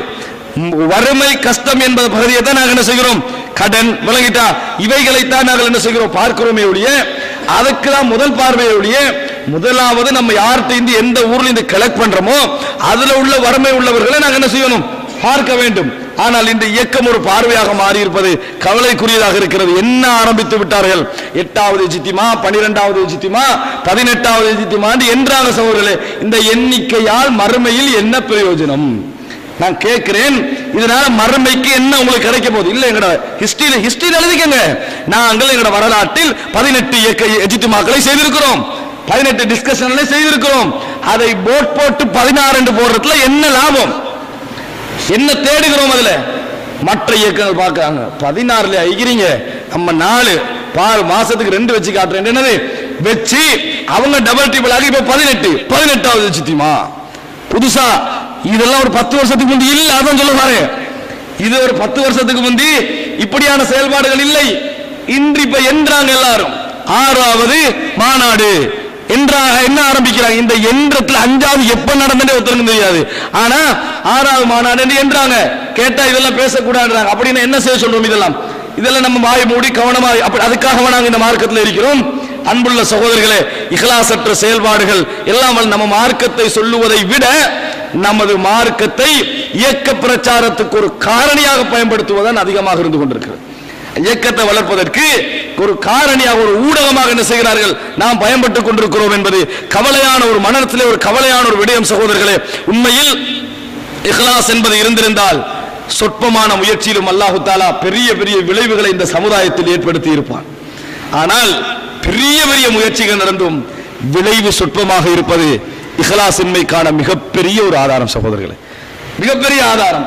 நபித்தோழர்களுடைய முயற்சிகள்லாம் எடுத்து பார்த்தீங்கன்னா எங்களோடு ஒப்பிட்டு பார்க்கின்ற பொழுது அவர்களுடைய வணக்கங்கள், அவர்களுடைய கால அடிப்படையில் எடுத்து பார்த்தால் எங்களை விட குறைவா இல்லையா? ஏன் நம்ம 40 வருஷமா தொழுகிறோம், அவங்க 23 வருஷமா தான் தொழுதாங்க. நாங்க 40 வருஷமா தொழுகிறோம். ஆனால் கால அடிப்படையில் இருந்தாலும் நபியர்கள் சொன்னார்கள் லா தசுப்பு அஸ்ஹாபி, என் தோழர்களை ஏச வேண்டாம். فإن أحدكم لو أنفق مثل أحد ذهبا لم يبلغ مد أحدهم ولا نصيفه. உங்களில் ஒருவர் உஹது மலை அளவுக்கு தங்கம் இருந்து அதை செலவழித்தாலும் என் தோழர்களுடைய கைப்பிடிக்கு அல்லது ஹாஃப் பிடிக்கு வராது நாங்க ரசூலுல்லாஹ். உஹது மலை அளவுக்கு இன்றைக்கு தங்க யார்ட்டையாவது இருக்குதா? இருந்தா செலவழிக்கிற மனசு வருமா? வந்தாலும் சமனாக மாட்டான் நாங்க ரசூலுல்லாஹ். வந்தாலும் சமனாக மாட்டேன். ஏன் சொன்னாங்க நான் கேட்கிறேன். அவருடைய உள்ளத்திலே அடைத்து வைத்திருந்த அந்த இஹ்லாஸ், அந்த நம்பிக்கை, அல்லாஹ்வை பற்றி எதிர்பார்ப்பு இன்றைக்கு குறைஞ்சிட்டு போகுது சகோதரர்களே. கவலையாக இருக்கிறது. நான் எல்லோரையும் குறிப்பிட்டு தான் சொல்லுகிறேன். உங்களை மாத்திரம் நான் பேசவில்லை, பேசுகின்ற எங்களையும் சேர்த்து தான் சொல்லுகிறேன். ஒருவருடைய கையை பிடித்து இன்று நாம் தூக்கி கொடுக்காது விட்டால் எல்லோரும் சேர்ந்து அழுகின்ற ஒரு காலத்தில் இருந்து கொண்டிருக்கிறோம் சகோதரர்களே. எல்லோரும் சேர்ந்து அழுகேன். இஹ்லாஸின்மை குறைவு, ஆனால் பேச்சுக்களும் அதுவும் இதுவும் எங்கேயோ வளர்ந்து கொண்டிருக்கிறது. சாதாரண ரிசல்ட்டை பார்க்கல வேதனையார் சமுதாயத்தில் நாங்க எங்களது முயற்சிகளுக்கு ஏற்ப ரிசல்ட் இல்லை, நமது அதாவது விளக்கங்களுக்கு ஏற்ப சமுதாயத்திலே மாற்றங்கள் இல்லை. அப்ப என்ன காரணம்? அன்றைய ஒரு நபித்தோழர்களை ஒரு வசனத்தில் ஒரு சமூகமே அழுதது. ஆனால் இன்றைய விஷயங்களில் நம்ம என்னதான் சொன்னாலும் சமுதாயத்தில் ஒரு மாற்றம் வருவதில்லை என்றால் இரண்டு பேரையும் என்ன செய்யுது? இஹ்லாஸின்மை தாக்கிக் கொண்டிருக்கிறது, பாதித்துக் கொண்டிருக்கிறது. சொற்ப முயற்சிகளிலும் பாரிய விளைவுகளை இறைவன் தருகிறானே, அது எங்களை விட்டும் போய்கொண்டிருக்கிறது என்பதுதான் சகோதரர்களே. இது முதல் அடையாளம். இஹ்லாஸ் என்பதை நீ நினைக்க வேண்டாம் ஒரு சாதாரணமான விஷயம் என்று. இறைவனுக்காக செய்கிறோம் என்கின்ற உணர்வு, அந்த உணர்வுக்கு பின்னால் இறைவனுடைய உதவி நிறையவே இருக்கும், நிறையவே இருக்கும். இறைவன் அவர்களுக்குத்தான் என்ன செய்வான்? அவருடைய வெற்றியை கொடுப்பான் அல்லாஹ் தஆலா. ஆனால் அது இன்றைக்கு மாறிக்கொண்டிருப்பது சகோதரர்களை பெரிய ஒரு கவலையாக இருக்கிறது. எல்லா இடங்களிலும் நீங்கள் பார்த்தீங்கன்னு சொன்னால் இயக்க ரீதியான சிந்தனைகள் தான் அதிகமாக இருக்கிறது. முதல் கேள்வி, நீங்கள் எந்த இயக்கத்தில் இருக்கிறீர்கள்? முதல் கேள்வி இன்றைக்கு அது ஒரு கேள்வி விளங்கிட்டா. இன்றைக்கு உங்களோட பேர் என்ன, ஊர் என்ன, உங்களோட மார்க்கம் என்ன, உங்களோட ரிலிஜியஸ் வியூ என்ன விளங்கிட்டா. ஃபார்ம் ஃபில்அப் பண்றேன்னா எல்லாம் வர ரிலிஜன் என்ன, ரிலிஜியஸ் வியூ என்ன. அதுனா ரிலிஜியஸ் வியூ வேண்டா நீங்க எந்த மூமெண்ட்ஸோட உங்களோட என்னது கனெக்ஷன் இருக்கிறது. அப்ப இது அப்படி ஒரு கேள்வி இன்றைக்கு ஃபார்ம்ல எட் பண்ற அளவுக்கு இன்றைக்கு ஒரு செக்ஷன்களாக பல செக்டுகளாக நாங்கள் மாறி இருக்கிறோம் என்றால் உண்மையிலே சகோதரர்கள் வேதனையான விஷயம். மார்க்கத்தை சொல்வதற்கு இப்படி ஒரு அமைப்பாயிட்டு என்னதான் நம்ம சொல்லிக் கொண்டாலும் இந்த மாதிரி போவதற்கிறது. மார்க்கத்தில் இயக்கத்தோடு இருந்து பிரச்சாரம் செய்வது ஒரு நாளும் தடையில்லை. ஆனால் அந்த இயக்கத்தை நிகழ்த்துகின்றவர்கள், நடத்துகின்றவர்கள் என்ன யோசிக்கணும் தெரியுமா? இது இஸ்லாத்தை எத்தி வைப்பதற்கான ஒரு வழியே தவிர இது எனது டார்கெட் அல்ல, இது என்ன சொர்க்கம் கொண்டு போகாது, இதன் அபிலாசைகளுக்காக நான் செயல்படக்கூடாது, அல்லாஹ் என்னை நரகத்தில் கொண்டு போய் சேர்த்துருவான். இதுக்குரிய சார்பா நிலைக்கு நம்ம மாறிவிடக் கூடாது. இது என்றைக்கு மாறணுமோ அன்றைக்கு இல்லாமல் ஆக்கிவிட வேண்டும். என்றைக்கு டார்கெட் முடிஞ்சதோ அதை கலைச்சிட வேண்டியதுதான். ஆனா இயக்கத்தை இஸ்லாமாக்கிறாங்கிறதுக்கு என்ன ஆதாரம் தெரியுமா? ஒவ்வொரு இயக்கமும் முழு இஸ்லாத்தையும் தந்த இயக்கத்துக்குள்ள கொண்டு வர நினைக்குது. எப்படி? அதாவது இபாதத் செக்ஷன், ஒரு இயக்கத்துல இபாதத் செக்ஷன் இருக்குது, அகீதா செக்ஷன், பொருளியல் செக்ஷன், சோசியல் சர்வீஸ், எல்லா பகுதியும் ஒவ்வொரு இயக்கத்துக்குள்ள கொண்டு வர நினைக்கிறாங்க. அப்படின்னா என்ன? முழு இஸ்லாத்தை பிரதிபலித்தல். உங்களுடைய இயக்கத்தில் அது இருக்குதா? உங்களுடைய இயக்கத்தில் வெறும் இது மட்டும்தான். அப்படி என்ன இவங்க என்ன நினைக்கிறாங்கன்னா டோட்டல் எக்ஷன் எங்க இதுக்குள்ள வந்தா தான் நம்ம சரியா இருக்கிறோம் அர்த்தம். அப்ப இயக்கத்தை இஸ்லாத்தை சொல்றதுக்கு ஒரு ஊடகமா பயன்படுத்தல. ஏன் ஒரு இயக்கம் எதுக்கு ஆரம்பிக்கணும்? இந்த ஊரில் சிறுக்கு வளர்ந்து கொண்டிருக்கிறது, நம்ம இந்த சிறுக்கு என்ன செய்யணும்? இல்லாமக்கணும். 10 பேர் சேருவோம், நீங்க பொறுப்பா இருங்க, நம்ம இதுக்கான முயற்சி செய்வோம். சிறுக்குக்கான முயற்சி செஞ்சு கொண்டிருக்கிறோம். சிறுக்கெல்லாம் இல்லாம போயிட்டா கலைச்சிட்டு போக வேண்டியதான். கலைய விருப்பம் இல்ல, மறுபடியும் சிறுக்க உண்டாக்குவான். ஏன்? இயக்கம் வளரணும்னா சிறுக்கு இருந்தா தான் நம்ம இயக்கமே போய்கொண்டிருக்கும். அதனால இன்னும் உண்டாக்குவான். முடிஞ்சா டார்கெட் முடிஞ்சா முடிஞ்சிடணும். ஆனா இயக்கத்தை எதுக்கு ஆரம்பிக்கிறாங்க? இன்றைக்கு பாத்தீங்கன்னா இயக்கத்திலேயே வாழ்ந்து இயக்கத்திலே இருந்து இயக்கத்திலே மரணிக்கிறார்கள். ஒரு கவலையான ஒரு உதாரணம் சொல்லுகிறேன் சகோதரர்களே. அதாவது ஜமாத்தே இஸ்லாமி இயக்கத்துடைய அவர்களுடைய ஒரு ஞாபகம் நமது எனக்கு என்ன அல் ஹசனாத்துடைய ஞாபக ஒரு நிகழ்வு. அன்புள்ள சகோதரர்களே, அவர்கள் அந்த ஜமாத்தே இஸ்லாமி என்ற இயக்கம் எதற்காக உருவாக்கப்பட்டது? அவங்களுடைய இலக்கு என்ன? இஸ்லாத்தை இந்த மக்களுக்கு தூய்மையாக எடுத்து சொல்வது. அதற்காக வேண்டி எந்த விஷயங்களை இந்த சமுதாயத்தில் சந்திப்பதன் அவருடைய இலக்கு. ஆனால் அப்படி போனவர்கள் அவர்களுடைய அந்த ரிசல்ட், அதாவது அந்த ஒரு அல்ஹசனாத்துடைய எத்தனை 60வது 50வது அந்த நிகழ்வுக்கு ஒரு வீடியோ வெளியிட்டார். அந்த வீடியோவில் அவர் ஒரு செய்தி போடுறாங்க. இந்த அதாவது சஞ்சிகை பலவிதமான கஷ்டங்களை கடந்து அப்படின்ற ஒரு வீடியோ போடுறாங்க. அல் ஹசனாத்தை இப்படி வச்சுக்கண்டு இளைஞர்கள் நிறைய பேர் காய்ந்த ஏரியாக்குள்ள கஷ்டமான பிரதேசங்களுக்குள்ள போறத ஸ்லோ மோஷன்ல எடுத்து காட்டுறாங்க. பின்னால் ஒரு சிறிய இசையோடு அவங்க கஷ்டப்பட்டு ஊடூடாக போய் அந்த அல் ஹசனாத்தை கொடுக்குறாங்க. குர்ஆனை கொடுக்கறத தான் அந்த எமோஷனா காட்டுறா நல்லது. விளங்கிட்டா? ஒரு இயக்கத்துடைய சஞ்சிகையை இப்படி கஷ்டப்பட்டு பல இடர்களை எல்லாம் தாண்டித்தான் இந்த அல் ஹசனாத் மக்களுக்கு மத்தியில் இடம் பிடித்தது என்று சொல்றோம்டா, இது எங்கட உள்ளத்தில் நம்ம எந்த இடத்துக்கு அல் ஹசனாத்தை வச்சுக்கிறோம். அல் ஹசனாத் என்றோ உண்மையிலேயோ சத்திய குர்ஆனோ ஒரு சஞ்சிகை இஸ்லாத்தை சொல்ல இருப்பது தவறு கிடையாது. ஆனால் அதனுடைய ஸ்டாண்டர்ட் என்ன என்பது எங்கட மனசுல இருக்கணும். விளங்கிட்டா? குர்ஆனையும் சஹீஹுல் புகாரியுடைய மொழிபெயர்ப்புகளையும் இந்த மக்களிடத்தில் கொண்டு போய் சேர்க்க நான் பாடுபட்டேன் என்றால் அதுக்கு அந்த இயக்கத்துக்கு எந்த சிறப்பும் இல்லை. அதனால் அதை சொல்லவில்லை. இதை நான் எமது இயக்கங்களிலே உள்ளவர்களுக்கு ஒரு படிப்படியாக சொல்லிக் கொள்கிறேன். உண்மையினங்களுக்கோ சத்திய குரல்களுக்கோ இந்த மாதிரி வேலைகள் என்ன செஞ்சிட செய்துவிட வேண்டாம். அன்புள்ள சகோதரர்களே, நாங்கள் பல கஷ்டங்களை எல்லாம் தாண்டி இடர்களை எல்லாம் தாண்டி கல்லு முள்ள எல்லாம் தாண்டித்தான் மக்களுக்கு கொண்டு போய் இதை சேர்த்தோம் என்ற ரசூலுல்லாஹி ஸல்லல்லாஹு அலைஹி வஸல்லம் அவர்கள் சொன்னார்கள். ஒரு காலம் வரும் யுக்ரஉ ஃபீஹிமுல் மஸ்னாத், மஸ்னாத் அவர்களுக்கு மத்தியில் வாசிக்கப்படும் என்று ரசூல் ஸல்லல்லாஹு அலைஹி வஸல்லம் சொன்னார்கள். அப்பொழுது நபியர்கள் நபியவர்களை கேட்கிறார்கள், அல்லாஹ்வின் தூதரே மஸ்னாத் என்றால் என்ன? ரசூல் ஸல்லல்லாஹு அலைஹி வஸல்லம் சொன்னார்கள், குல்லு மஸ்துக்திப சிவல் குர்ஆன், குர்ஆன் அல்லாமல் இந்த சமுதாயத்திலே எவைகளெல்லாம் அதன் அந்தஸ்து வரைக்கும் எழுதப்பட்டு கொண்டிருக்கிறதோ அவைகள் தான் அது மக்களுக்கு மத்தியில் தொடர்ந்து வாசிக்கப்படும் என்று ரசூல் ஸல்லல்லாஹு அலைஹி வஸல்லம் மறுமை நாளை எதிர்பாருங்க. அப்படி வந்தா குர்ஆனுக்கும் ஹதீஸுக்கும் உள்ள அந்தஸ்துக்கு எந்த ஒரு நூலும் எந்த ஒரு சஞ்சிகைக்கு நாங்கள் தோற்றங்களிலோ செயல்பாடுகளிலோ பதிவுகளிலோ இடம் கொடுக்க கூடாது. இன்றைக்கு என்ன பாக்குறீங்க? குர்ஆன் வாசிக்கப்படாது, தாலீம் தொகுப்பு அழகாக வாசிக்கப்பட்டு கொண்டிருக்கும். குர்ஆன் வாசிக்கப்படாது, குத்துபா பேருரைகள் வாசிக்கப்பட்டு கொண்டிருக்கும். குர்ஆன் வாசிக்கப்படாது, மின்ஹாஜுல் முஸ்லிமீன் வாசிக்கப்பட்டு கொண்டிருக்கும். ஆனால் அவர்கள் குர்ஆன் கிழமையில் ஒரு நாள் குர்ஆன் வகுப்பு, டெய்லி மின்ஹாஜுல் முஸ்லிமீன். விளங்கிட்டால் அல்ஹம்துலில்லாஹ். அந்த விஷயத்தில் இன்றைய வரைக்கும் இந்த தௌஹீத் பிரச்சார அமைப்புகள் சரியாக இருந்து கொண்டிருக்கின்றன. தனியான எந்த நூல்களும் நாம் எங்களுக்கு என்று வைத்துக் கொண்டது இல்லை. குர்ஆனையும் ஹதீஸ் விளக்கங்களை மாத்திரம் சொல்லிக் கொண்டு போகிறோம். நாளை எங்களுக்குள் இப்படி ஒரு விஷயம் உருவாகிவிடக் கூடாது. குர்ஆன் வாசிக்கப்பட வேண்டும், புகாரி முஸ்லிம் வாசிக்கப்பட வேண்டும். எந்த ஒரு அறிஞருடைய நூலை எடுத்து அதை குர்ஆன் ஹதீஸுடைய அந்தஸ்திலே வைத்துக் கொண்டு டெய்லி ஒரு வசனத்தை வாசித்து மக்களை மகிழ்ச்சி ஊட்டுவது இருக்கிறது, இது இஸ்லாமிய வழிமுறை கிடையாது. இமாம் அஹ்மத் இப்னு ஹம்பல் அந்த முடிவை இந்த சமுதாயம் எடுத்திருந்த எவ்வளவு சிறந்ததாக இருக்கும். அவருடைய ஃபத்வாக்களை எழுதுவாண்டு கேட்ட நேரம் சொன்னார்கள், வேண்டாம், நாங்கள் எங்கிருந்து எடுத்தோமோ அங்கிருந்து மக்களை எடுக்க விடுங்கள் என்று சொன்னார்கள். எங்கிருந்து எடுத்தோமோ அங்கிருந்து மக்களை எடுக்க விடுங்கள் என்று சொன்னார்கள். ஆனால் குர்ஆன் ஹதீஸை பிரச்சாரம் செய்வதற்கு துணையாக இருந்த இந்த சஞ்சிகைகள் ஊடகங்கள் எல்லாம் இன்றைக்கு டாக்கெட்டாக மாறிக்கொண்டிருப்பது இருக்கிறது. வேதனையிலும் வேதனை சகோதரர்களே. இதை நான் யாரையும் கொச்சைப்படுத்தவோ யாரையும் இழிவுபடுத்தவோ சொல்லவில்லை. கொஞ்சம் சிந்தனை கெடுங்கள். இது எனக்கும் உங்களுக்குமான ஒரு உபதேசம் தான். இது நாம் இலக்காக மாறிவிடக் கூடாது. நாம் ஒரு ஊடகமாக மாத்திரம் என்ன செய்யணும், இருக்கணும். ஆனால் செயல்பாடுகள் நம்ம வார்த்தை அளவில் சொல்றோம் எங்களுக்கு இலக்கல்ல என்று, ஆனால் எங்கள் செயல்பாடுகள், எங்களது வீடியோக்கள், எங்களது காட்சி முறைகள் எல்லாம் யாரெல்லாம் இந்த மார்க்கத்தை பிரச்சாரம் செய்கிறார்களோ அவர்கள் தான் ஊடகம் மாறிக்கொண்டு வராங்க. அவர்கள் டாக்கெட் மாறிக்கொண்டு வர, அவர்களை விளம்பரப்படுத்துவது, அவர்களை இலக்காக்குவது என்ன செய்கிறது, கோலாக்குவது என்று மாறி வருவது இருக்கிறது. மிகவும் வேதனையிலும் ஒரு வேதனையான விஷயம் சகோதரர்களே. இந்த இயக்க சிந்தனை இந்த தௌவா களத்திலிருந்து அகற்றப்பட வேண்டும் சகோதரர்களே. இப்படி போகக்கூடிய இயக்கம் ஒரு ஊடகமாக ஒரு வழிமுறையாக மாத்திரம் நாம் வைத்துக் கொள்ள வேண்டும். அதை இலக்காக நாங்கள் என்ன செய்துவிடக் கூடாது, மாற்றிவிடக் கூடாது. இது ஒரு வேதனையான ஒரு விஷயம் என்பதை அதுல நிறைய வசனங்கள் சொன்ன, மலைகளிலும் மழையிலும் வெயிலிலும் கல்லு முள்ளிலும் கஷ்டப்பட்டு இவைகளை நாங்கள் மக்களிடத்திலே கொண்டு போய் சேர்த்தோம். குர்ஆன் ஹதீஸை கொண்டு போய் சேர்த்தோம் ஒரு வசனம் சொன்னா பரவாயில்ல. இதுல அதுல நாங்க குர்ஆன் ஹதீஸ் தானே எழுதுறோம் என்று அதுல எல்லா சஞ்சிகைகளும் எல்லா எழுத்துக்களும் எல்லா பேச்சுக்களையும் குர்ஆன் ஹதீஸுக்கு மாத்தமா இருக்கும். குர்ஆன் ஹதீஸில் மாத்திரம் தான் குர்ஆன் ஹதீஸ் இருக்கும் 100% சரியாக.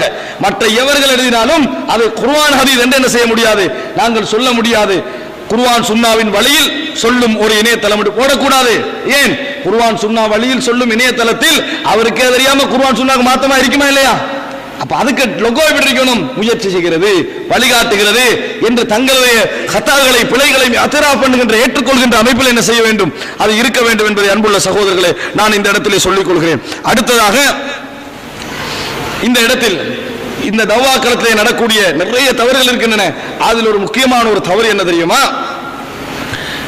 மார்க்க தலைப்புகள், மார்க்க உரைகள், பயான்கள். ஒரு சமுதாயம் சொல்லுது இந்த பயானால என்ன பிரயோசனம்? அப்படியெல்லாம் இல்லை.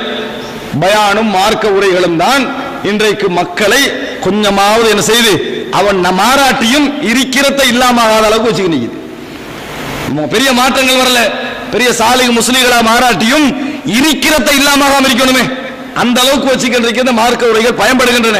ஆனால் இந்த மார்க்க உரைகள் நான் ஏற்கனவே சொன்னேன், இயக்கங்கள் பெருவாரியாக மார்க்கத்தை சொல்ல நினைத்தாலும் தூய்மையான இஹ்லாஸான எண்ணங்களோடு அவர்கள் முயற்சி செய்தாலும் பெருவாரியாக என்ன அவங்களோட டார்கெட் என்றால் நிகழ்த்தினோம், முடிச்சோம், செய்தோம் என்று இருக்கணும். அவ்வளவுதான். அது எப்படி நடந்தது, என்ன மாதிரி நடந்தது இல்லை.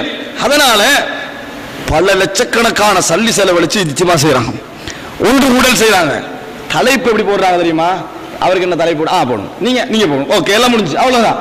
என்ன தலைப்புண்டா மக்களுக்கு எது கொடுக்கணும் வைக்கணுமே. நம்ம ஒரு இவ்வளவு கஷ்டப்பட்டு இவ்வளவு செலவழிச்சு செய்யறோம்னா அவர் ஒரு தானா குடும்ப வாழ்க்கையில நீங்க தக்குவா, நீங்க தவக்குல், ரைட், 3 பேர் தலைப்பு, மாஷாஅல்லாஹ் பயான் நடந்து முடிஞ்சது. என்ன பிரயோசனம்? இப்படியா தலைப்பு தெரிவு செய்ய? மக்களுக்கு மத்தியில் நாம் சர்வசாதாரணமாக ஒவ்வொரு பள்ளி வாயில்களும் தவக்குல், இஸ்திகாமத், தக்வா, இஹ்லாஸ் எல்லாம் பேசப்படுகின்றன. அப்போ ஒரு இஜ்திமா எல்லா மக்களையும் சிரமப்படுத்தி ஒவ்வொரு ஊர்ல நம்ம ஒரு இடத்துக்கு எடுக்கிறோமே, அவங்க தங்களுடைய வேலைகளை விட்டு வருகிறார்களே, அப்ப அந்த நேரத்தில் என்ன செய்யணும்? கூடுகின்ற நேரத்தில் எங்களுடைய தலைப்புகள் அந்த மக்களுக்கு வந்ததுடைய பிரயோசனத்தை உணர்த்துகின்ற அமைப்பில் இருக்கணும். அப்படியா நடக்குது? எத்தனை பேருடைய வாய்கள் ஒவ்வொரு இஜ்திமாவட்ட திருப்பி வரக்குள்ள முணுமுணுத்து கொண்டு வருது. என்னப்பா இது பிடிக்குது, என்னப்பா? நிறைய பேர் காதால் நம்ம கேட்கிறோம். என்ன காரணம் கேட்கிறோம்? அது எங்களுக்கு இஜ்திமாவை நடத்த வேண்டும் என்ற இலக்கே தவிர மக்களுக்கு செய்திகளை எவ்வளவு கொடுத்தோம் என்கின்ற இலக்கு இருக்கிறது, குறைவு இருக்கிறது. ஆனால் அதனுடைய எண்ணங்கள் குறைவாக இருக்கிறது. அதனால் பெரிய 50-60 லட்சம் செலவழித்து செய்கின்ற மாநாடுகளில் எல்லாம் சர்வசாதாரணமாக டெய்லி போடுகின்ற ஒரு தலைப்பு என்ன செய்யறாங்க? போட்டு மக்களுக்கு வழங்க. அந்த சந்தர்ப்பத்தை பயன்படுத்தி இலங்கை முஸ்லிம்களும் அவர்களுடைய சவால்கள், பிரச்சனைகள் என்ன உதாரணமா சொல்றேன். இலங்கை முஸ்லிம்களுடைய இதுல குர்ஆன் சுன்னாவை கொண்டு போய் சேர்ப்பதற்கான அந்த தடங்கள் என்ன, அதைகளை எப்படி நீக்குவது? உதாரணமா இலங்கையில் முஸ்லிம்களுக்கு மத்தியில் வறுமை இருக்கிறது, அதை நீக்குவதற்காக குர்ஆன் சுன்னா சொல்கின்ற வழிமுறைகள் என்ன? இப்படி உதாரணமா வட்டி விஷயங்கள், மக்களுக்கு மத்தியில் சீதன விஷயங்கள் என்ன செய்து அப்படி புறையோடி போய் இதை ஒழிப்பதற்கான வழிமுறை என்ன? வழிமுறைகளை பற்றி ஆராய்கின்ற நல்ல ஒரு பிரயோஜனமான ரிசால்ட்டுகளை கொடுக்கின்ற மாநாடுகளாக இல்லாமல் சர்வசாதாரணமான மாநாடுகள். முஸ்லிம்கள் அதிகமான பேர் ஹஜ், உம்ரா போன்ற விஷயங்களுக்கு போறாங்க. இதுவரைக்கும் எந்த மாநாட்டிலே அப்படி தலைப்பு நீங்க கேட்டுக்கிறீங்களா? ஹஜ், உம்ரா சம்பந்தமான தலைப்புகள் கேட்கவே இல்லை. நாங்க என்ன அதை பார்த்து அந்த மக்களுக்கு ஒரு அழகான ஒரு செயல்முறை விளக்கு நம்ம கேட்டுக்கிறோமா? கேட்கல. அப்ப எங்களுடைய இலக்கு என்ன? நல்ல நோக்கத்துல நம்ம இருக்கிறோம். ஆனால் எங்களது இஹ்லாசுடைய உச்சகட்ட தன்மை இல்லாமை எங்களை பிரயோஜனமற்ற செயல்பாடுகளுக்கு உட்படுத்துகிறது இருக்கிறது. இது வேதனையிலும் வேதனை சகோதரர்களே. இது மாற வேண்டும். இது மாறினால் தான் நமது தவ்வாக்களம் இஹ்லாஸை நோக்கி போகும் என்பதில் எந்த விதமான சந்தேகமும் இல்லை. நிறைய விஷயங்கள் இருக்கின்றன. அது இன்னொரு செய்தியை நான் சொல்லுகிறேன் சகோதரர்களை, தவிர்க்கப்பட வேண்டிய விஷயம் நகைச்சுவை இருக்கிறது. நம்ம மனிதர்களுக்கு மத்தியில் ஒருவருக்கொருவர் ஜோக்காக நகைச்சுவையாக பேசுகின்ற வல்லமை இருக்கிற ரபித்தோழருக்கு மத்தியில் இருந்துச்சு. ஆனா அதை வரையறுத்துக் கொள்ளணும். விலகிட்டா ஒருவருடைய மனது புண்படுகின்ற அளவுக்கு இருக்கிறது கூடாது. நான் அதை இங்க பேசல. அது நகைச்சுவையோட தலைப்பில் அதை மனசு புண்படுற சப்ஜெக்ட், ஓகே, அது அங்கே அடுத்த பகுதி. ஆனால் மார்க்கத்தில் கையடிக்கிற அளவுக்கு எங்கட நகைச்சுவை போகக்கூடாது. அந்த பகுதியை நான் சொல்லுகிறேன்.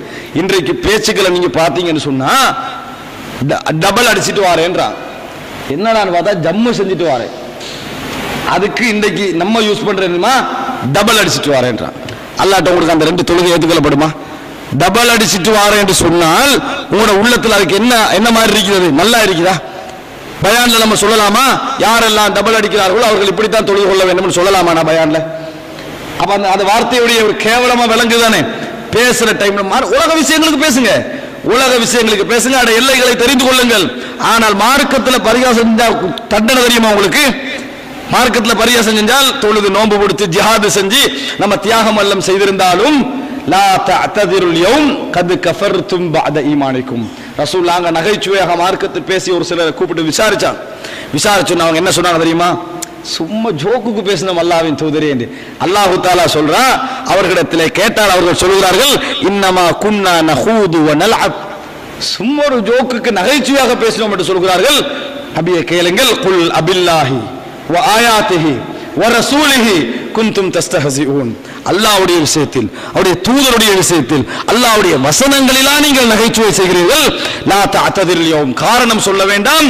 கத் கஃபர்தும் பஅத ஈமானிக்கும், உங்கள் ஈமானுக்கு பின்னால் நீங்கள் நிராகரித்து விட்டீர்கள், காவிர்களாகி விட்டீர்கள் என்று சொல்ற அல்லாஹ் தஆலா. பரிகாசம் சகோதரர்களே, எமது பரிகாசங்களை தவ்வாக்களத்தை விட்டு தூக்கி வீசிடணும். எங்களுக்குள்ள விஷயங்கள் ஒருவருக்கு ஒருவர் மனம் வந்ததா இல்லையா கூட, ஆனா அது வேற இடங்களுக்கு போயிடும். மார்க்க விஷயங்கள்ல தவ்வாக்களத்தில் மசூரா சபைகள்ல பயான் முடிஞ்ச பின்னால இந்த மார்க்க விஷயங்களை டார்கெட் பண்ணி நகைச்சுவை பேசுறோமே, அது கூடாது. பயான சொல்ல சூப்பரா கொடுத்தாருன்றாங்க. பயான் முஸ்தலஹாத்துகள் கொஞ்சம் சேர்த்தா ஒரு டைரிக்கு ஒரு வழங்கிட்டா சூப்பரா என்ன கொடுத்தாருன்ற வார்த்தை நம்ம என்னத்துக்கு சொல்றாரு? சண்டையா நடக்குதுங்க விளங்கிட்டா, ஃபைட்டா பண்ணி கொள்ற ஜமாத்தோட ஜமாத்து. அப்ப அது வார்த்தை என்ன சொல்றாங்க? குடுவுடன் கொடுத்தாரு. பார்த்தா பயான் விளங்கிட்டான், குடுவுடன் கொடுத்தாரு விளங்கிட்டானே, செம்ம அடி பயான் விளங்கிட்டா. பயானுகளுக்கு சொல்லப்படுகின்ற முஸ்தலஹாத் அவரு சில சந்தோஷப்பட்டுக்கணும் போறாங்க. நம்மளுக்கு நல்ல பாராட்டு கிடைச்சிருக்கு. பாராட்டா இது அவங்களோட உரைகளை எல்லாம் வெறும் கேலி கூத்தாக மாத்துகின்ற ஒரு வார்த்தை அது. நம்ம பேசுகிற அல்லாஹ் ரசூலுடைய விஷயமாக இருந்தால், சொந்த பேச்சாக இல்லாமல் இருந்தால், அது எங்களை அல்ல குர்ஆனையும் சுன்னாவையும் கேலி கூத்தாக மாத்துகின்ற வார்த்தை. சில பொழுதுகளில் எங்களிடத்தில் அப்படி சொல்லப்படுகின்ற நேரத்தில் மனசு வேதனையா இருக்கும். நம்ம பேசுறது மார்க்கம், அல்லாஹ்வுக்காண்டி பேசணும். ஆனால் நமது நகைச்சுவையான பழக்கம் மார்க்கத்தை இழிவுபடுத்துகின்ற அளவுக்கு போயிருக்கிறது என்பது உண்மையில வேதனை. கடைசியில் நம்ம இவ்வளவு செலவழிச்சு கஷ்டப்பட்டு நேரத்தை ஒதுக்கி பிசினஸ் மூடிட்டு வந்து இங்க நிக்கிறோம். இதெல்லாம் உங்களுக்கு இல்லாம போன எவ்வளவு கவலையா இருக்கு மறுமை நாள்ல. அடே நம்ம கஷ்டப்பட்டமே, வேதனைப்பட்டமே, இழந்தமே, குடும்பத்துல பிரச்சனைப்பட்டமே, இதுக்காக வேண்டி இதெல்லாம் டோட்டலியா இல்லாமல் போனால் எங்களுக்கு எவ்வளவு பெரிய ஒரு மனவேதனையாக இருக்கும். அந்த மாதிரி நடக்கின்ற காட்சிகளை அன்புள்ள சகோதரர்களே நாங்கள் பார்க்கிறோம். இந்த மாதிரி சிலர்கள் பயான் வந்து அவங்க பாராட்ட தெரியாம முஸ்தலாத்துல பயான் இருந்துச்சு, ஒரு படம் பார்க்கிற மாதிரி இருந்துச்சு அவங்களோட பயான்ன்றான் விளங்கிட்டா. அவங்களுக்கு பயான் முடிஞ்சு படம் பார்க்கிற மாதிரி இருந்துச்சா, அதோட நொந்து மனசு என்ன செய்யுது, அதை நம்ம இங்க வந்து மார்க்கத்தை சொன்னதை கொண்டு போய்த்து படம் பார்க்கிற மாதிரி இருந்துச்சான்னு சொன்ன ரசனை எங்க பேத்துட்டு தெரியுமா, எல்லாம் ரசிக்கிற தன்மைக்கு தான் போய்கொண்டிருக்கிறதே ஒழிய உள்ளத்தில் உள்வாங்குகின்ற தன்மைக்கு என்னது இன்றைக்கு இல்லாமல் இருக்கிறது. இதை ஏன் நான் சொல்லுகிறேன் தெரியுமா? இது நான் ஒன்று ரெண்டு தான் உதாரணம் சொன்னேன். நினைத்து பாருங்கள், நம்ம தவ்வா களத்தை அன்புள்ள சகோதரர்கள் எங்களது இஹ்லாஸின்மை அசிங்கப்படுத்தி கொண்டிருக்கிறது. எங்களது இஹ்லாஸின்மை இஹ்லாஸ் இருந்தா நீங்க அப்படி பேசுவோமா? நாம மனசுல அட இறைவன் இது வந்து நம்மள என்ன நினைப்பான்டா, நம்மளோட விஷயங்களை மார்க்கத்தோட டச் பண்ணாம வச்சுக்கொள்வோம். இதுல வேணாம், வேற வச்சுக்கொள்வோம். இதுல வேணாண்டா நம்ம விரும்புவோமா இல்லையா? ஆனா அந்த மாதிரி விஷயங்கள் நாங்கள் அப்படி செய்கிறோமே சகோதரர்களே, யோசிக்க வேண்டும். இந்த மாதிரி விடயங்கள் நம்ம தூரமாக வேண்டும். இல்லை என்றால் நாங்கள் அமலெல்லாம் செய்து தியாகம் செய்து நஷ்டவாளிகளாக மறுமை நாள்ல மாறுவோம். ஹஸிரத் துன்யா வல் ஆகிரா, உலகமும் இல்லை மறுமையும் இல்லை என்ற இடத்துக்கு நாம் என்ன செய்து விடுவோம், போய் அப்படி போகக்கூடாது. எந்த நிமிடமும் இறைவனுக்காக வாழக்கூடிய ஒரு நல்லெண்ணம் அல்லாஹ் தஆலா எங்களிடத்தில் ஏற்படுத்த வேண்டும். கடைசியாக சில செய்திகளை நான் உள்ளத்துக்கு உரமூட்ட சொல்லி முடிக்கிறேன். அன்புள்ள சகோதரர்களே, நபித்தோழர்களுடைய அந்த மன எல்லை, நபித்தோழர்களுடைய அந்த மன ஆர்வம் எங்களுக்கு அப்படிப்பட்ட படிப்பினைகளை தர வேண்டும். அவங்களோட வாழ்க்கையெல்லாம் நீங்க நினைச்சு பாருங்க பாவம், அந்த மாதிரி ஒரு இஹ்லாஸான தன்மை எப்படி இருந்திருக்க வேண்டும். யர்முக் யுத்த களம், சிரியாவில் நடந்த யர்முக் என்ற ஒரு மிகப்பெரிய ஒரு யுத்தம். அந்த யுத்தத்தில் முஸ்லிம்கள் கடுமையாக போராடுகிறார்கள், கஷ்டப்படுகிறார்கள். நான் ஒரு இஹ்லாஸுடைய ஒரு விளைவுக்காக நான் சொல்லுகிறேன் சகோதரர்களே, கஷ்டப்படுகிறார்கள். அந்த யுத்தத்தில் அந்த முஸ்லிம்களுக்கு வெற்றி கிடைக்கிறது. நிறைய பேர் அங்கே கொல்லப்பட்டிருந்தார்கள். கொல்லப்பட்டிருந்தவங்களை எல்லாம் என்ன செய்யறாங்க, பார்த்துக்கிட்டு வராங்க. அந்த யுத்த களத்தில் முஸ்லிம்களுக்கு ஒரு கொடி இருக்குமே, அந்த கொடி ஒருவரிடத்தில் ஒப்படைக்கப்பட்டிருந்தது. அந்த கொடியை வச்சுட்டு என்ன செய்யணும், கொடி வீழாமல் பார்க்கணும். யுத்த தர்மம் அது. அந்த கொடி என்ன செய்யக்கூடாது, கொடி வீழ்வது அதனுடைய தோல்விக்கான ஒரு அடையாளம் மாதிரி. அதனால கொடியை விழாம பார்க்கணும். அப்படிப்பட்ட ஒரு உறுதியான ஆட்டை தானே கொடுத்தணும். அப்போ ஒரு மனிதர் அந்த கொடியை வாங்கி இருந்தார். அவர் அந்த யுத்த காலத்தில் மக்கள் ஓடினாலும் திரண்டாலும் என்ன நடந்தாலும் அந்த கொடியை வச்சுக்கிட்டே இருந்தார் அதே இடத்துல. அப்போ யுத்த காலத்தில் கொல்லப்பட்டவர்கள் எல்லாம் தேடி பார்க்கிறாங்க. தேடி பார்த்த நேரத்தில் கொடியை வச்சுட்டு இருந்தவரும் கொல்லப்பட்டிருந்தார், கொடியை வச்சுட்டு இருந்தவரும் வெட்டப்பட்டிருந்தார். அவரது கிரீடங்களை எல்லாம் கலட்டி பார்த்தால் யார் தெரியுமா, அவரு அப்துல்லாஹ் இப்னு உம்மி மக்தூம், குருடர். குருடர் ரசூலுல்லாஹி ஸல்லல்லாஹு அலைஹி வஸல்லம் அவருக்கு அதான் சொல்லிக் கொண்டிருந்தாரே, அவர் கலீஃபாவிடம் அனுமதி கேட்டு நான் கொடியை தாங்கி ஷஹீதாக வேண்டும் என்று கேட்டு குருடராக இருந்து யுத்த களத்தில் கலந்து கொண்டு கண்ணை பொத்தி அந்த கொடியை கொஞ்ச நேரம் வைத்துக் கொண்டிருந்து அவருடைய உயிர் அந்த இடத்தில் கொல்லப்பட்டிருக்கிறது என்றால் இஹ்லாஸ் இன்மையை தவிர இஹ்லாஸை தவிர வேறு எவருக்காவது அந்த மரணம் என்கின்ற தருவாயில் வரைக்கும் போக முடியுமா?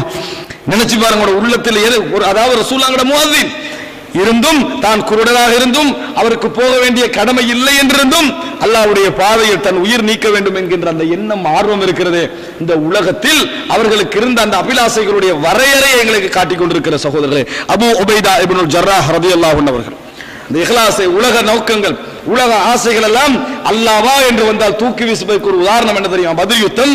அபூ உபைதா அமீனு ஹாதிஹில் உம்மah இந்த உம்மத்துடைய நம்பிக்கைக்குரியவர்களில் ஒருவர் என்று சொல்லப்பட்ட அபூ உபைதா இப்னுல் ஜர்ராஹ் ஹிலாஃபத்துக்கு மிகவும் தகுதியாக இருந்தவர், நபி அவர்கள் மிகவும் பாராட்டியவர்.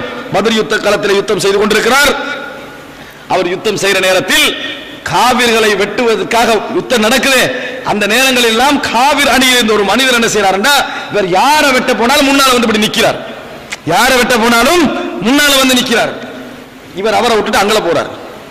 அங்க வெட்ட போனால் அங்கல முன்னால வந்து அவர் காவிர் முன்னால வந்து நிக்கிறவர் அங்கே வந்து நிக்கிறார். பக்கத்துல ஓடுறார். எல்லா இடத்துக்கு பேர் அவரை கண்டுகொள்ளாம இருப்பதற்காக பல வழியில ஓடுறார். ஆனா அவர் முன்னாலே வந்து நிக்கிறார். ஒரு இடத்தில் வைத்து வாளை உருவி அந்த மனிதருக்கு என்ன செய்யறாரு, ஒரு வெட்டுண்டு போடுகிறார், மரணித்து விடுறார். தலைக்கு வேறா விழுது. யார் தெரியுமா? அது அபூ உபைதாவுடைய தந்தை, அந்த நபித்தோழருடைய தந்தை. அவர் மீது இவர் வைத்திருந்த அன்பின் காரணமாக இவர் ஒரு நாளும் எவரையும் வெட்ட மாட்டார், என்னை வெட்ட மாட்டார் என்று அவர் நினைச்சாரு. ஆனால் கொஞ்சம் கொஞ்சம் ஒதுங்கி பார்த்தார், சரி வரவில்லை. நீ குஃப்ருக்கு குறுக்காக நீங்கள் வந்து நிற்கிறீர்களா, தந்தையே உங்கள் களத்தும் போகும் என்பதை அபூ உபைதா என்ற அந்த இரக்கமான மனிதர் இஸ்லாத்துக்காக செய்து காட்டிய சம்பவத்தை நாங்கள் என்ன செய்கிறோம், பார்க்கிறோம். அன்புள்ள சகோதரர்களே, இதே அபூ உபைதா உமர் இப்னுல் கத்தாப் அவர்கள் இவரை சிரியாவுக்கு அனுப்பியிருந்தார்கள். யுத்த களத்திலே போராடி கொண்டிருக்கிறார்கள். சிரியா வெற்றி அடைகிறது. அந்த யுத்த களத்தில் அவர் இருக்கின்ற நேரத்தில் சிரியாவிலே ஒரு மிகப்பெரிய தொற்று நோய் பரவுகிறது. ஆயிரமாக மக்கள் இறக்க ஆரம்பித்தார்கள். நிறைய நபித்தோழர்கள் இறக்க ஆரம்பித்தார்கள்.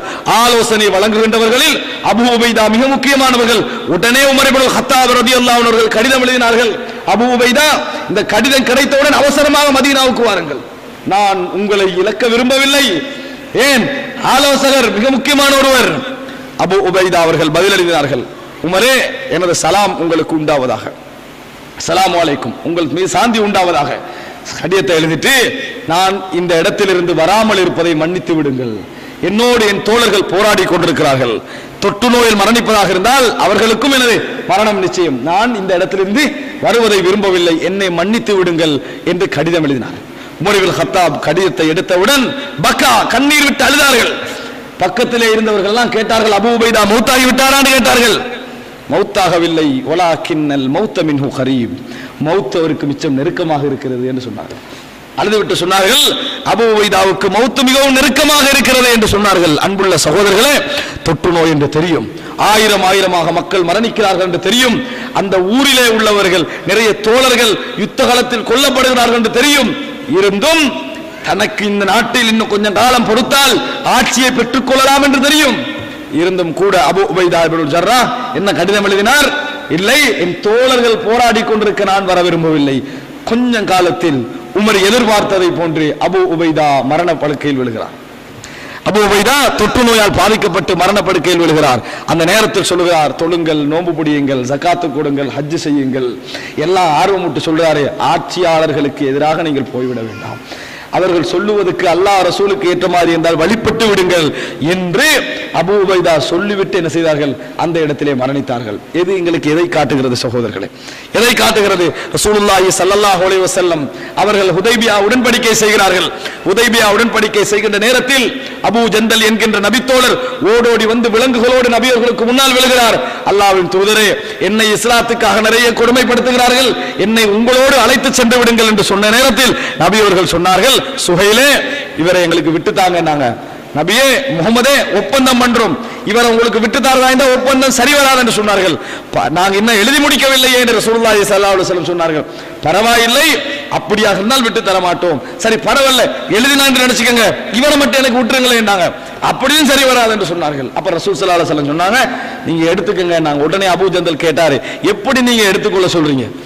நான் முஸ்லிமாக உங்கள்கிட்ட வந்திக்கிறேன், எனக்கு நடந்ததெல்லாம் உங்களுக்கு விளங்கலையான்னு கேட்கிறாங்க. அபூ ஜந்தல் நபி அவர்கள் மௌனமாக இருந்தார்கள். உமர் இப்னு கத்தாப் கொதித்து எழுந்தார்கள். அல்லாஹ்வின் தூதரே, அலஸ்த நபி அல்லாஹி ஹக்கா, நீங்கள் அல்லாஹ்வுடைய தூதர் இல்லையா? உண்மையாக அல்லாஹ்வுடைய தூதர் தானே. அவர்கள் இழிவிலும் நாம் இஸ்லாத்திலும் இருக்கிறோமா இல்லையா? ஏன் நாங்கள் கேவலப்பட வேண்டும் என்று கேட்டார்கள். அன்புள்ள சகோதரர்களே, அபூ ஜந்தல் திருப்பி அனுப்பப்படுகிறார். அங்கே கொடுமைக்குள்ளாகிறார். நபி அவர்கள் மதீனா போன பின்னால் அபூ புசைர் என்கின்ற நபித்தோழர் மக்காவிலிருந்து தப்பி மதீனாவுக்கு ஓடி வருகிறார். உங்களோட ஒப்பந்தம் மக்காவில் வந்தா மதீனாவுக்கு வந்தா திருப்பி கொடுத்துடணும். ஓடி வருகிறார். பின்னால் 2 மனிதர்கள் ஓடி வருகிறார்கள். நபியே, அல்ஹதுல்லதி பைனனா வ பைனக், எனக்கும் உங்களுக்குள்ள ஒப்பந்தம் என்ன? திருப்பி தந்துடணும். அபூ புசைரை நபி அவர்கள் திருப்பி ஒப்படைத்தார்கள். நபி அவர்கள் திருப்பி ஒப்படைத்தார்கள். அபூ புசைர் போறாரு. இடையில போகிற நேரத்தில் நான் மரண ஒரு வரலாற்றுக்காக சொல்கிறேன்.